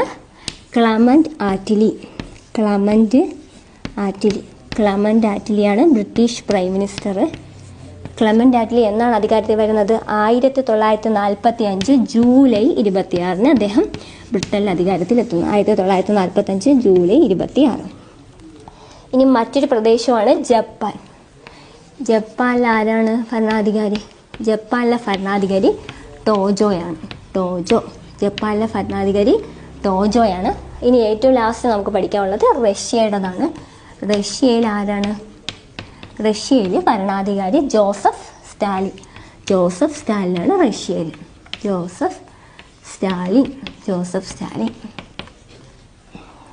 ഒരു തവണ കൂടി രണ്ടാം ലോക മഹായുദ്ധം അവസാനിക്കുന്ന സമയത്ത് അമേരിക്കയിൽ തുടങ്ങുമ്പോൾ ഫ്രാങ്ക്ലിൻ ഡി റൂസ്വെൽറ്റ് ആണ്, അവസാനിക്കുന്ന സമയത്ത് ഹാരി എസ് ട്രൂമാൻ ആകുന്നു. ഇനി ബ്രിട്ടൻ്റെ കാര്യം എടുക്കുകയാണെങ്കിൽ തുടങ്ങുന്ന സമയത്ത് നെവിൽ ചേംബർലൈൻ, പിന്നെ ആര് വരുന്നു? വിൻസൻ ചർച്ചിൽ. 1945 ജൂലൈ ഒക്കെ ആകുമ്പോൾ ക്ലെമന്റ് ആറ്റ്ലി അധികാരത്തിലെത്തുന്നു. ജപ്പാനിലെ ഭരണാധികാരി ടോജോയും റഷ്യയിൽ ജോസഫ് സ്റ്റാലിനുമാണെന്ന് ഓർമ്മിച്ചിരിക്കുക. നമ്മൾ രണ്ടാം ലോക മഹായുദ്ധം പറഞ്ഞു. അച്ചുതണ്ട് ശക്തികൾ ആരുമായിട്ട് ബന്ധപ്പെട്ടിരിക്കുന്നു? രണ്ടാം ലോക മഹായുദ്ധം. സഖ്യശക്തികൾ. രണ്ടാം ലോക മഹായുദ്ധം 1939 സെപ്റ്റംബർ 1 ജർമ്മനി പോളണ്ട് ആക്രമിച്ചതാണ് പെട്ടെന്നുള്ള കാരണം. തുടർന്ന് യുദ്ധം തുടങ്ങുകയാണ്. ജപ്പാൻ സറണ്ടർ ആവുന്നത് കൂടി സെപ്റ്റംബർ 2 1945 യുദ്ധം അവസാനിക്കുന്നു. യുദ്ധത്തിൻ്റെ അനന്തരഫലങ്ങളിൽ പ്രധാനപ്പെട്ടതായിട്ട് നമ്മൾ പഠിച്ചതാണ് UNO ഐക്യരാഷ്ട്രസഭയുടെ രൂപീകരണം.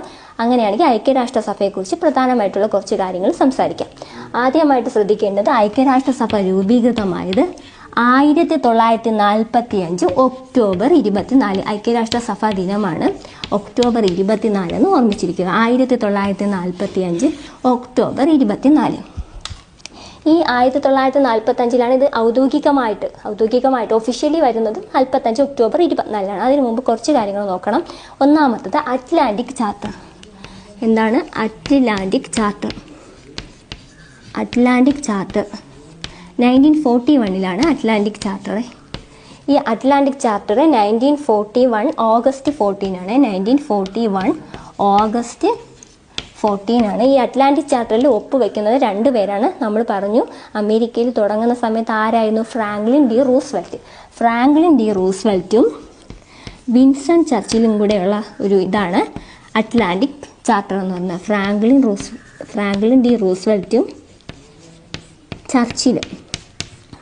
ചർച്ചിലും തമ്മിലുള്ള ഉടമ്പടിയാണ് അറ്റ്ലാന്റിക് ചാർട്ടർ എന്നറിയപ്പെടുന്നത്. ഓക്കെ, UNO എന്ന് പറയുമ്പോൾ അറ്റ്ലാന്റിക് ചാർട്ടർ ഓർമ്മിക്കുക. 1941 ഓഗസ്റ്റ് 14 2 നേതാക്കൾ തമ്മിൽ ഒപ്പുവെച്ചതു.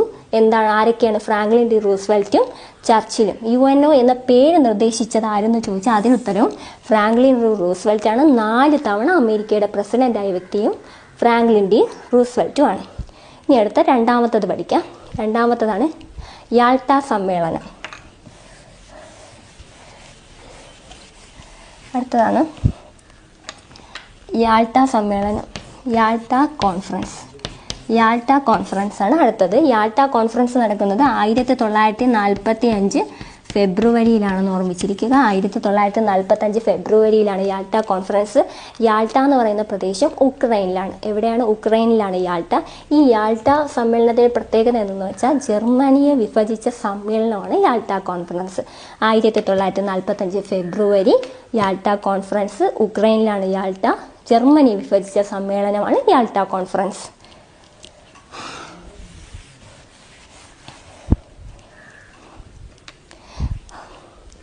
അടുത്തതാണ് സാൻ ഫ്രാൻസിസ്കോ സമ്മേളനം. നമ്മൾ പ്രധാനപ്പെട്ടത് മാത്രമേ പറഞ്ഞു പോകുന്നുള്ളൂ. സാൻ ഫ്രാൻസിസ്കോ സമ്മേളനം. ഈ സാൻ ഫ്രാൻസിസ്കോ സമ്മേളനം എന്ന് വെച്ചാൽ എന്തിനാണെന്ന് നോക്കി. സാൻ ഫ്രാൻസിസ്കോ സമ്മേളനം ഐക്യരാഷ്ട്രസഭയ്ക്ക് ഒരു ഭരണഘടന ഉണ്ടാക്കാൻ വേണ്ടിയിട്ടാണ് രൂപീകരിച്ചത്. നടന്ന സമ്മേളനമാണ്. ഈ ഭരണഘടനയുടെ പേര് പഠിച്ചിരിക്കണം, UN ചാർട്ടർ. UN ചാർട്ടറാണ് അമേരിക്കൻ ഭരണഘടന അറിയപ്പെടുന്നത്. UN ചാർട്ടർ എന്നാണ്. ഇത് നടന്നത് 1945 ഏപ്രിൽ മുതൽ ജൂൺ 26 വരെയാണ് നടന്നത്. ജൂൺ വരെയാണ് നടന്നത്. 1945 ഏപ്രിൽ ജൂൺ കാലയളവിൽ നടന്ന സമ്മേളനമാണ് സാൻ ഫ്രാൻസിസ്കോ സമ്മേളനം. ഇത് ഐക്യരാഷ്ട്രസഭയ്ക്ക് ഒരു ഭരണഘടന രൂപീകരിക്കാൻ വേണ്ടി നടന്നതാണ്. ഇതിൽ 50 രാജ്യങ്ങൾ സൈൻ ചെയ്തു സമ്മേളനത്തിൽ. എന്നാൽ ഈ 50 രാജ്യങ്ങൾക്ക് ശേഷം വന്ന് സൈൻ ചെയ്ത രാജ്യമാണ് പോളണ്ട്.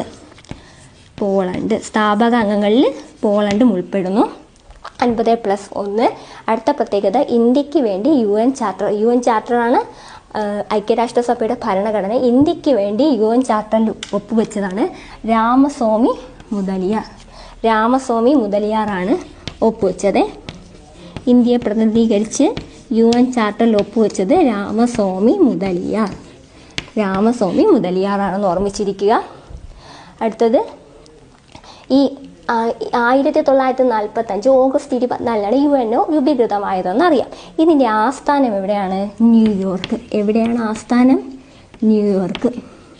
ന്യൂയോർക്കിൽ എവിടെയാണ്? മാൻഹാട്ടൻ ദ്വീപിലാണ് ഇതിൻ്റെ ആസ്ഥാനം.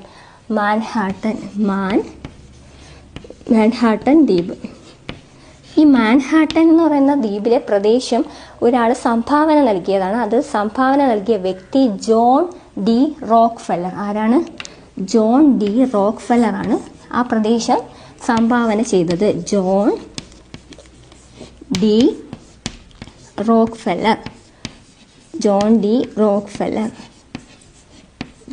റോക്ക്ഫെല്ലർ ആണ് ഈ മാൻഹാട്ടൻ ദ്വീപിലെ പ്രദേശം ഐക്യരാഷ്ട്രസഭയ്ക്കുള്ള അതിൻ്റെ ആസ്ഥാനത്തിന് വേണ്ടി സംഭാവന നൽകിയത്. ഇന്ത്യയെ പ്രതിനിധീകരിച്ച് UN ചാർട്ടറിൽ ഒപ്പുവെച്ചത് രാമസ്വാമി മുതലിയാറാണെന്ന് പറഞ്ഞു. ഏറ്റവും ലാസ്റ്റായിട്ട് ഇതിൽ സൈൻ ചെയ്തത് പോളണ്ടാണെന്ന് പറഞ്ഞിട്ടുണ്ടായിരുന്നു. ആസ്ഥാനം ന്യൂയോർക്കാണെന്ന് ഓർമ്മിച്ചിരിക്കുക. ഇനി UN പതാകയിൽ ഇളം നീലയാണ് പശ്ചാത്തലമായിട്ട് വരുന്നത്.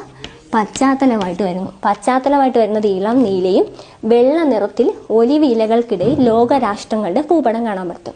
പശ്ചാത്തലമായിട്ട് നീല വന്നിട്ട് വെള്ള നിറത്തിൽ 2 ഒലിവ് ഇലകൾക്കിടയിൽ ലോകരാഷ്ട്രങ്ങളുടെ ഭൂപടം കാണപ്പെടുന്നതാണ് ഐക്യരാഷ്ട്രസഭയുടെ പതാക എന്ന് പറയുന്നത്. ഐക്യരാഷ്ട്രസഭയുടെ പതാക നീല പശ്ചാത്തലത്തിൽ വെള്ള നിറത്തിൽ ഒലിവ് ഇലകൾക്കിടയിൽ ലോകരാഷ്ട്രങ്ങളുടെ ഭൂപടം.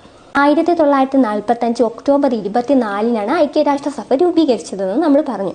1945 ഒക്ടോബർ 24 രൂപീകരിച്ച ഐക്യരാഷ്ട്രസഭയ്ക്ക് 6 പൊതുഘടകങ്ങളാണുള്ളത്. എത്രയാണ്? 6 പൊതുഘടകങ്ങൾ. ഒന്നാമത്തെ പൊതുഘടകമാണ് ജനറൽ അസംബ്ലി. എന്താണ് ജനറൽ അസംബ്ലി? 6 പൊതുഘടകങ്ങളാണുള്ളത്. ഒന്നാമത്തേതാണ് ജനറൽ അസംബ്ലി. ഈ ജനറൽ അസംബ്ലിയിൽ എന്താണ്? പ്രതിനിധി സഭ എന്നാണ് ഈ ജനറൽ അസംബ്ലി അറിയപ്പെടുന്നത്. ഇതിൽ ജനറൽ അസംബ്ലി അല്ലെങ്കിൽ പൊതുസഭയാണ് ഓർമ്മിച്ചിരിക്കണേ. ഇപ്പോൾ ഓപ്ഷനിൽ പൊതുസഭ എന്ന് തന്നാലോ? ജനറൽ അസംബ്ലി അഥവാ പൊതുസഭ. ഇതിലെന്താണ്? മെമ്പേഴ്സാണ്, പ്രതിനിധികളാണുള്ളത്. ഇതിലിപ്പോൾ എത്ര അംഗങ്ങളുണ്ട്? 193 അംഗങ്ങളുണ്ട്. 193 അംഗങ്ങളുണ്ട്. ലാസ്റ്റ് അംഗമായ രാജ്യമാണ് ദക്ഷിണ സുഡാനാണ് ലാസ്റ്റ് അംഗമായ അംഗരാഷ്ട്രം ഐക്യരാഷ്ട്രസഭയിൽ. ഓക്കെ ആണല്ലോ. ഒന്നാമത്തേതാണ് ജനറൽ അസംബ്ലി. 6 പൊതുഘടകങ്ങളിൽ ഒന്നാമത്തത്. ഇനി ഈ ജനറൽ അസംബ്ലിയെ കുറിച്ച് പറയുകയാണെങ്കിൽ ജനറൽ അസംബ്ലിയിൽ പാടാൻ അവസരം ലഭിച്ച ഇന്ത്യൻ ഗായികയാണ് MS സുബ്ബലക്ഷ്മി. 8 മണിക്കൂർ തുടർച്ചയായി സംസാരിച്ച ഇന്ത്യക്കാരനാണ് VR കൃഷ്ണമേനോൻ. മലയാളത്തിൽ സംസാരിച്ചത് മാതാ അമൃതാനന്ദമയ്യാണ് എന്ന് ഓർമ്മിച്ചിരിക്കുക. ഇനി രണ്ടാമത്തതുള്ളതാണ് സുരക്ഷാ സമിതി.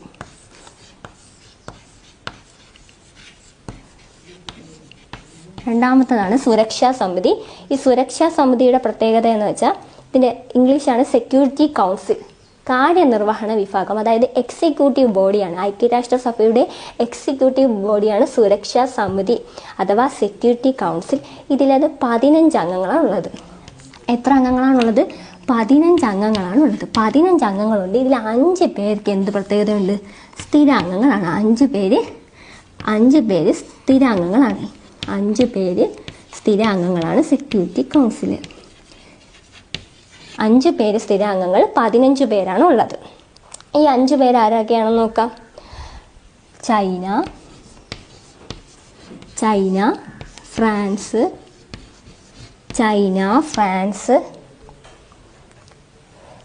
America, Russia, Britain. China, France, America, Britain, Russia, അല്ലെങ്കിൽ റഷ്യ, ബ്രിട്ടൻ, ഏതായാലും 1, 2, 3, 4, 5 പേര്. ഈ 5 പേരാണ് ഇവിടുത്തെ സ്ഥിരാംഗങ്ങൾ. ഈ സെക്യൂരിറ്റി കൗൺസിൽ അല്ലെങ്കിൽ സുരക്ഷാ സമിതി എക്സിക്യൂട്ടീവ് ബോഡിയാണ്. അതിൽ 15 അംഗങ്ങളുണ്ട്. 5 അംഗങ്ങൾക്ക് സ്ഥിരാംഗത്വമാണ്. അവരുടെ പ്രത്യേകത അവർക്ക് പഞ്ചമഹാശക്തികൾ എന്നറിയപ്പെടുന്നു. അതുമാത്രമല്ല ഇവർക്ക് പ്രത്യേകമായിട്ട് വീറ്റോ പവറുണ്ട്. വീറ്റോ പവർ എന്നുകൊണ്ട് ഉദ്ദേശിക്കുന്നത് വീറ്റോ പവറുണ്ട് ഈ പഞ്ചമഹാശക്തികൾക്ക്. ഈ വീറ്റോ പവർ കൊണ്ട് അർത്ഥമാക്കുന്നത് ഇതിൽ ഏതെങ്കിലും ഒരു രാഷ്ട്രം ഒരു തീരുമാനത്തെ എതിർത്താൽ അത് പിന്നെ മുന്നോട്ട് പോകില്ല, അത് ഉപേക്ഷിക്കുകയാണ് ചെയ്യുന്നത്. ഈ 5 രാഷ്ട്രങ്ങളിൽ ആരെങ്കിലും ഒരാൾ എതിർത്താൽ ആ ഒരു അഭിപ്രായത്തെ പരിഗണിക്കുന്നതല്ല, അത് ഉപേക്ഷിക്കും. അതാണ് വീറ്റോ പവർ. അത്രത്തോളം പവർഫുള്ളാണ് ഈ രാഷ്ട്രങ്ങളെന്ന് ഓർമ്മിക്കുക. ഇവയാണ് ഈ സെക്യൂരിറ്റി കൗൺസിലിലെ സ്ഥിരാംഗങ്ങൾ. സുരക്ഷാ സമിതിയിലെ സ്ഥിരാംഗങ്ങൾ 10+5 എന്ന് ഓർമ്മിച്ചിരിക്കുക. അടുത്തത് ഐക്യരാഷ്ട്രസഭയുടെ 3ാമത്തെ ഘടകമാണ് എക്കണോമിക് ആൻഡ് സോഷ്യൽ കൗൺസിലാണ്. ഇതുകൊണ്ട് ഉദ്ദേശിക്കുന്നത് അംഗരാഷ്ട്രങ്ങളുടെ സാമൂഹിക സാമ്പത്തിക ഉന്നമനത്തിന് വേണ്ടി പ്രവർത്തിക്കുന്നു എന്നുള്ളതാണ് പ്രത്യേകത. എക്കണോമിക് ആൻഡ് സോഷ്യൽ കൗൺസിലാണ് 3ാമത്തെ ഘടകം. അടുത്ത 4ാമത്തെ ഘടകം ട്രസ്റ്റിഷിപ്പ് കൗൺസിൽ. 4ാമത്തെ ഘടകമാണ് ട്രസ്റ്റിഷിപ്പ് കൗൺസിൽ. എന്നാൽ ഇപ്പോൾ നിലവിൽ ഇതിന് പ്രസക്തിയില്ല. ട്രസ്റ്റിഷിപ്പ് കൗൺസിലിന് 4ാമത്തെ ഘടകമാണ് ട്രസ്റ്റിഷിപ്പ് കൗൺസിൽ. ഇതിൻ്റെ പ്രത്യേകത എന്ന് വെച്ചാൽ ഭരണം നഷ്ടപ്പെട്ട രാജ്യങ്ങൾ ഈ ട്രസ്റ്റിഷിപ്പ് കൗൺസിലിൻ്റെ അധീനതയിൽ വരുന്നതാണ് ഈ ട്രസ്റ്റിഷിപ്പ് കൗൺസിൽ കൊണ്ട് വ്യക്തമാക്കുന്നത്. എന്നാൽ നിലവിൽ ഇതിന് പ്രസക്തിയില്ല. ഇനി അടുത്ത 5ാമത്തെ ഘടകമാണ് അന്താരാഷ്ട്ര നീതിന്യായ കോടതി. അന്താരാഷ്ട്ര നീതിന്യായ കോടതി 5ാമത്തെ ഘടകമാണ് അന്താരാഷ്ട്ര നീതിന്യായ കോടതി. അന്താരാഷ്ട്ര നീതിന്യായ കോടതിയുടെ പ്രത്യേകത എന്ന് പറഞ്ഞാൽ ഇതിൽ 15 ജഡ്ജിമാരുണ്ട്. എത്ര ജഡ്ജിമാർ? 15 ജഡ്ജിമാരുണ്ട്. ഇവരെ 9 വർഷത്തേക്കാണ് തിരഞ്ഞെടുക്കുന്നത്. 15 ജഡ്ജിമാർ കാണും. ഇത് 9 വർഷത്തേക്കാണ് അവരുടെ കാലയളവെന്ന് പറയുന്നത്. ഇതിൻ്റെ ആസ്ഥാനം ഹേഗാണ്. എവിടെയാണ് ആസ്ഥാനം? ഹേഗ്. നെതർലാൻഡിലെ ഹേഗാണ് ആസ്ഥാനം. 15 ജഡ്ജിമാരെ 9 വർഷത്തെ കാലാവധിയിലേക്ക് തിരഞ്ഞെടുക്കുന്നു എന്നുള്ളതാണ് പ്രത്യേകത. ഇതിൽ ഈ അന്താരാഷ്ട്ര നീതിന്യായ കോടതിയിൽ അംഗത്വം ലഭിച്ച ഇന്ത്യക്കാരനായ ആദ്യ ജഡ്ജാണ് Justice BN Rao.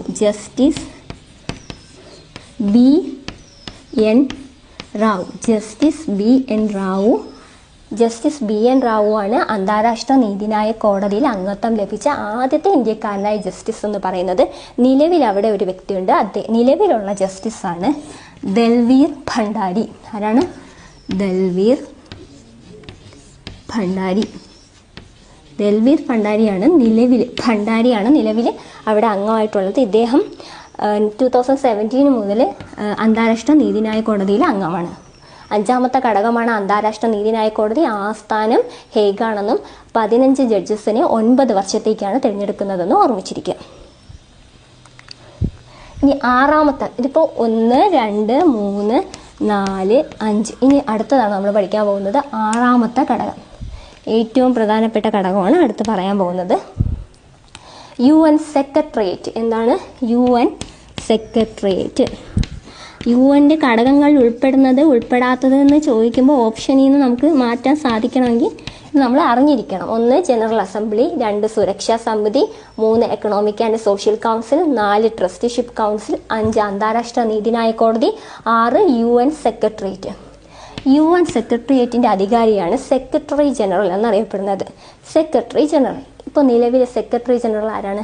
Antonio Guterres. ആരാണ്? Antonio Guterres. അന്റോണിയോ ഗുട്ടറസ് ആണ് നിലവിൽ സെക്രട്ടറി ജനറൽ. Antonio Guterres. ഇദ്ദേഹം പോർച്ചുഗൽ മുൻ പ്രധാനമന്ത്രിയാണ്. അന്റോണിയോ ഗുട്ടറസ് എന്ന് ഓർമ്മിക്കുക. അന്റോണിയോ ഗുട്ടറസ് ആണ് സെക്രട്ടറി ജനറൽ. പോർച്ചുഗൽ മുൻ പ്രധാനമന്ത്രിയാണ്. UN സെക്രട്ടേറിയറ്റിൻ്റെ സെക്രട്ടറി ജനറൽ. അങ്ങനെയാണെങ്കിൽ ഡെപ്യൂട്ടി സെക്രട്ടറി ജനറൽ ആരെന്ന് ചോദിച്ചാൽ അത് Amina Mohammed. Deputy secretary general Amina Mohammed. Amina Mohammed. Amina Mohammed deputy secretary general. Antonio Guterres. ആദ്യത്തെ വ്യക്തി, ഈ UN സെക്രട്ടേറിയറ്റിലെ ആദ്യത്തെ സെക്രട്ടറി ജനറലാണ് ട്രിഗ്വേലി. ട്രിഗ്വേലി. ഇദ്ദേഹം നോർവേക്കാരനാണ്. നോർവേയാണ് പ്രദേശം. നോർവേയിൽ നിന്നുള്ള ട്രിഗ്വേലി ആയിരുന്നു ആദ്യത്തെ UN സെക്രട്ടറി ജനറൽ. നിലവിലെ അന്റോണിയോ ഗുട്ടറസ് ആണ്. Deputy secretary general Amina മുഹമ്മദാണ്.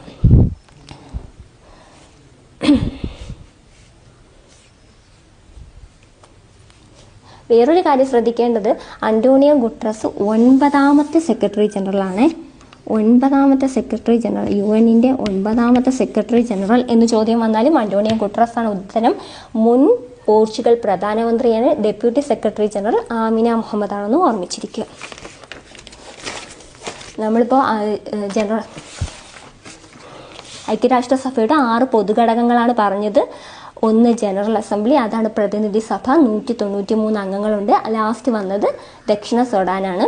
അടുത്ത നമ്മൾ പഠിച്ചതാണ് സെക്യൂരിറ്റി കൗൺസിൽ. അതിൽ 15 അംഗങ്ങളുണ്ട്. 5 പേര് സ്ഥിരാംഗങ്ങൾ, അവർക്ക് വീറ്റോ പവർ ഉണ്ടെന്ന് പറഞ്ഞു.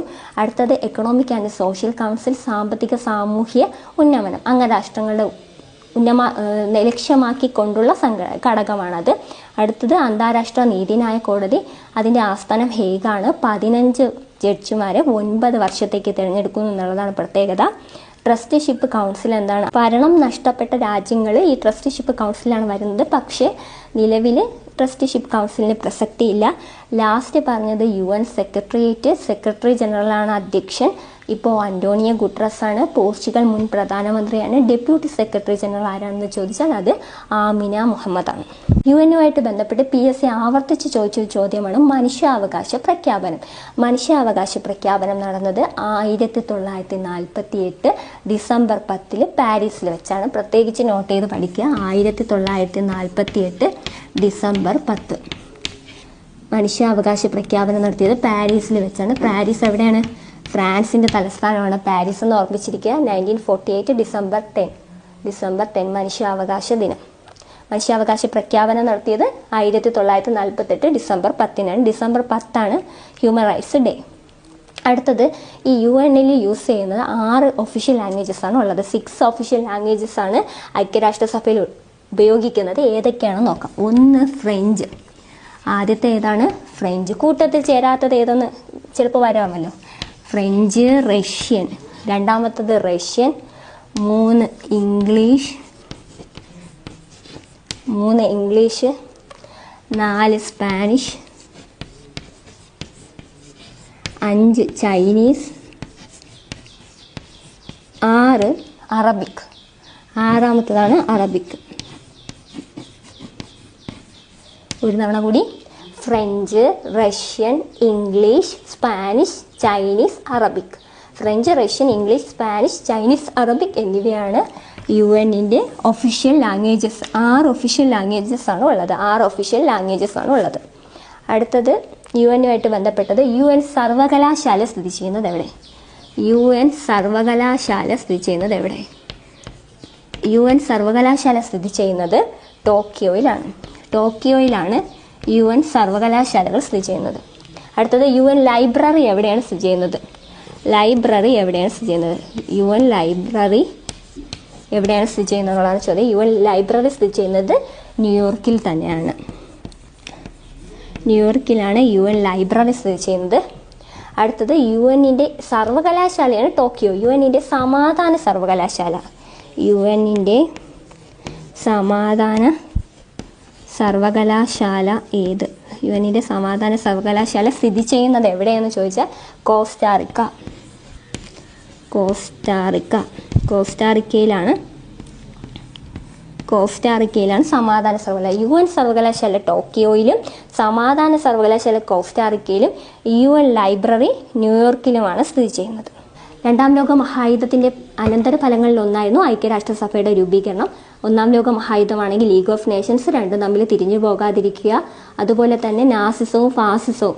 നാസിസം എന്ന് പറയുമ്പോൾ അഡോൾഫ് ഹിറ്റ്ലറും ഫാസിസം മുസോളിനിയാണെന്ന് ഓർമ്മിച്ചിരിക്കുക. പിന്നെ അച്ചുതണ്ട് ശക്തികളും സഖ്യശക്തികളും മാറിപ്പോകരുത്. അച്ചുതണ്ട് ശക്തികളാണ് ഇറ്റലി, ജർമ്മനി, ജപ്പാൻ എന്ന് ഓർമ്മിച്ചിരിക്കുക. ഇവ തന്നെയാണ് റോം, ബെർലിൻ, ടോക്കിയോ ആക്സിസ് എന്നറിയപ്പെടുന്നത്. ഏറ്റവും പ്രധാനപ്പെട്ട ഒന്നാണ് പേൾ ഹാർബർ ആക്രമണം 1941 ആണെന്ന് ഓർമ്മിക്കുക. അമേരിക്കൻ നേവൽ ബേസാണ് പേൾ ഹാർബർ. ഇത് എവിടെയാണ് സിറ്റുവേറ്റ് ചെയ്യുന്നത്? ഹവായി ദ്വീപിലാണെന്ന് ഓർമ്മിച്ചിരിക്കുക. ഇതാണ് അമേരിക്കയുടെ ഇടപെടലിന് കാരണം. പിന്നെ അമേരിക്ക ജപ്പാനിൽ ബോംബ് വർഷിക്കുമ്പോൾ പ്രസിഡന്റ് ഹാരി എസ് ട്രൂമാൻ എന്ന് പറഞ്ഞു. ഹിരോഷിമയിലും നാഗസാക്കിയിലുമാണ് ബോംബ് വർഷിച്ചത്. UN രൂപീകൃതമായത് 1945 ഒക്ടോബർ 24 ആണെന്ന് ഓർമ്മിച്ചിരിക്കുക. രണ്ടാം ലോക മഹായുദ്ധത്തിൻ്റെ ക്ലാസ് ഇവിടെ അവസാനിക്കുകയാണ്. SCERT ടെസ്റ്റ് ബേസ് ആയിട്ടാണ് രണ്ടാം ലോക മഹായുദ്ധം ഇവിടെ അവതരിപ്പിച്ചത്. കുറച്ച് എക്സ്ട്രാ പോയിന്റ്സ് ആഡ് ചെയ്തിട്ടുണ്ട്. നിങ്ങളുടെ അഭിപ്രായങ്ങൾ കമൻറ്റ് ബോക്സിൽ രേഖപ്പെടുത്തുക. Thank you so much.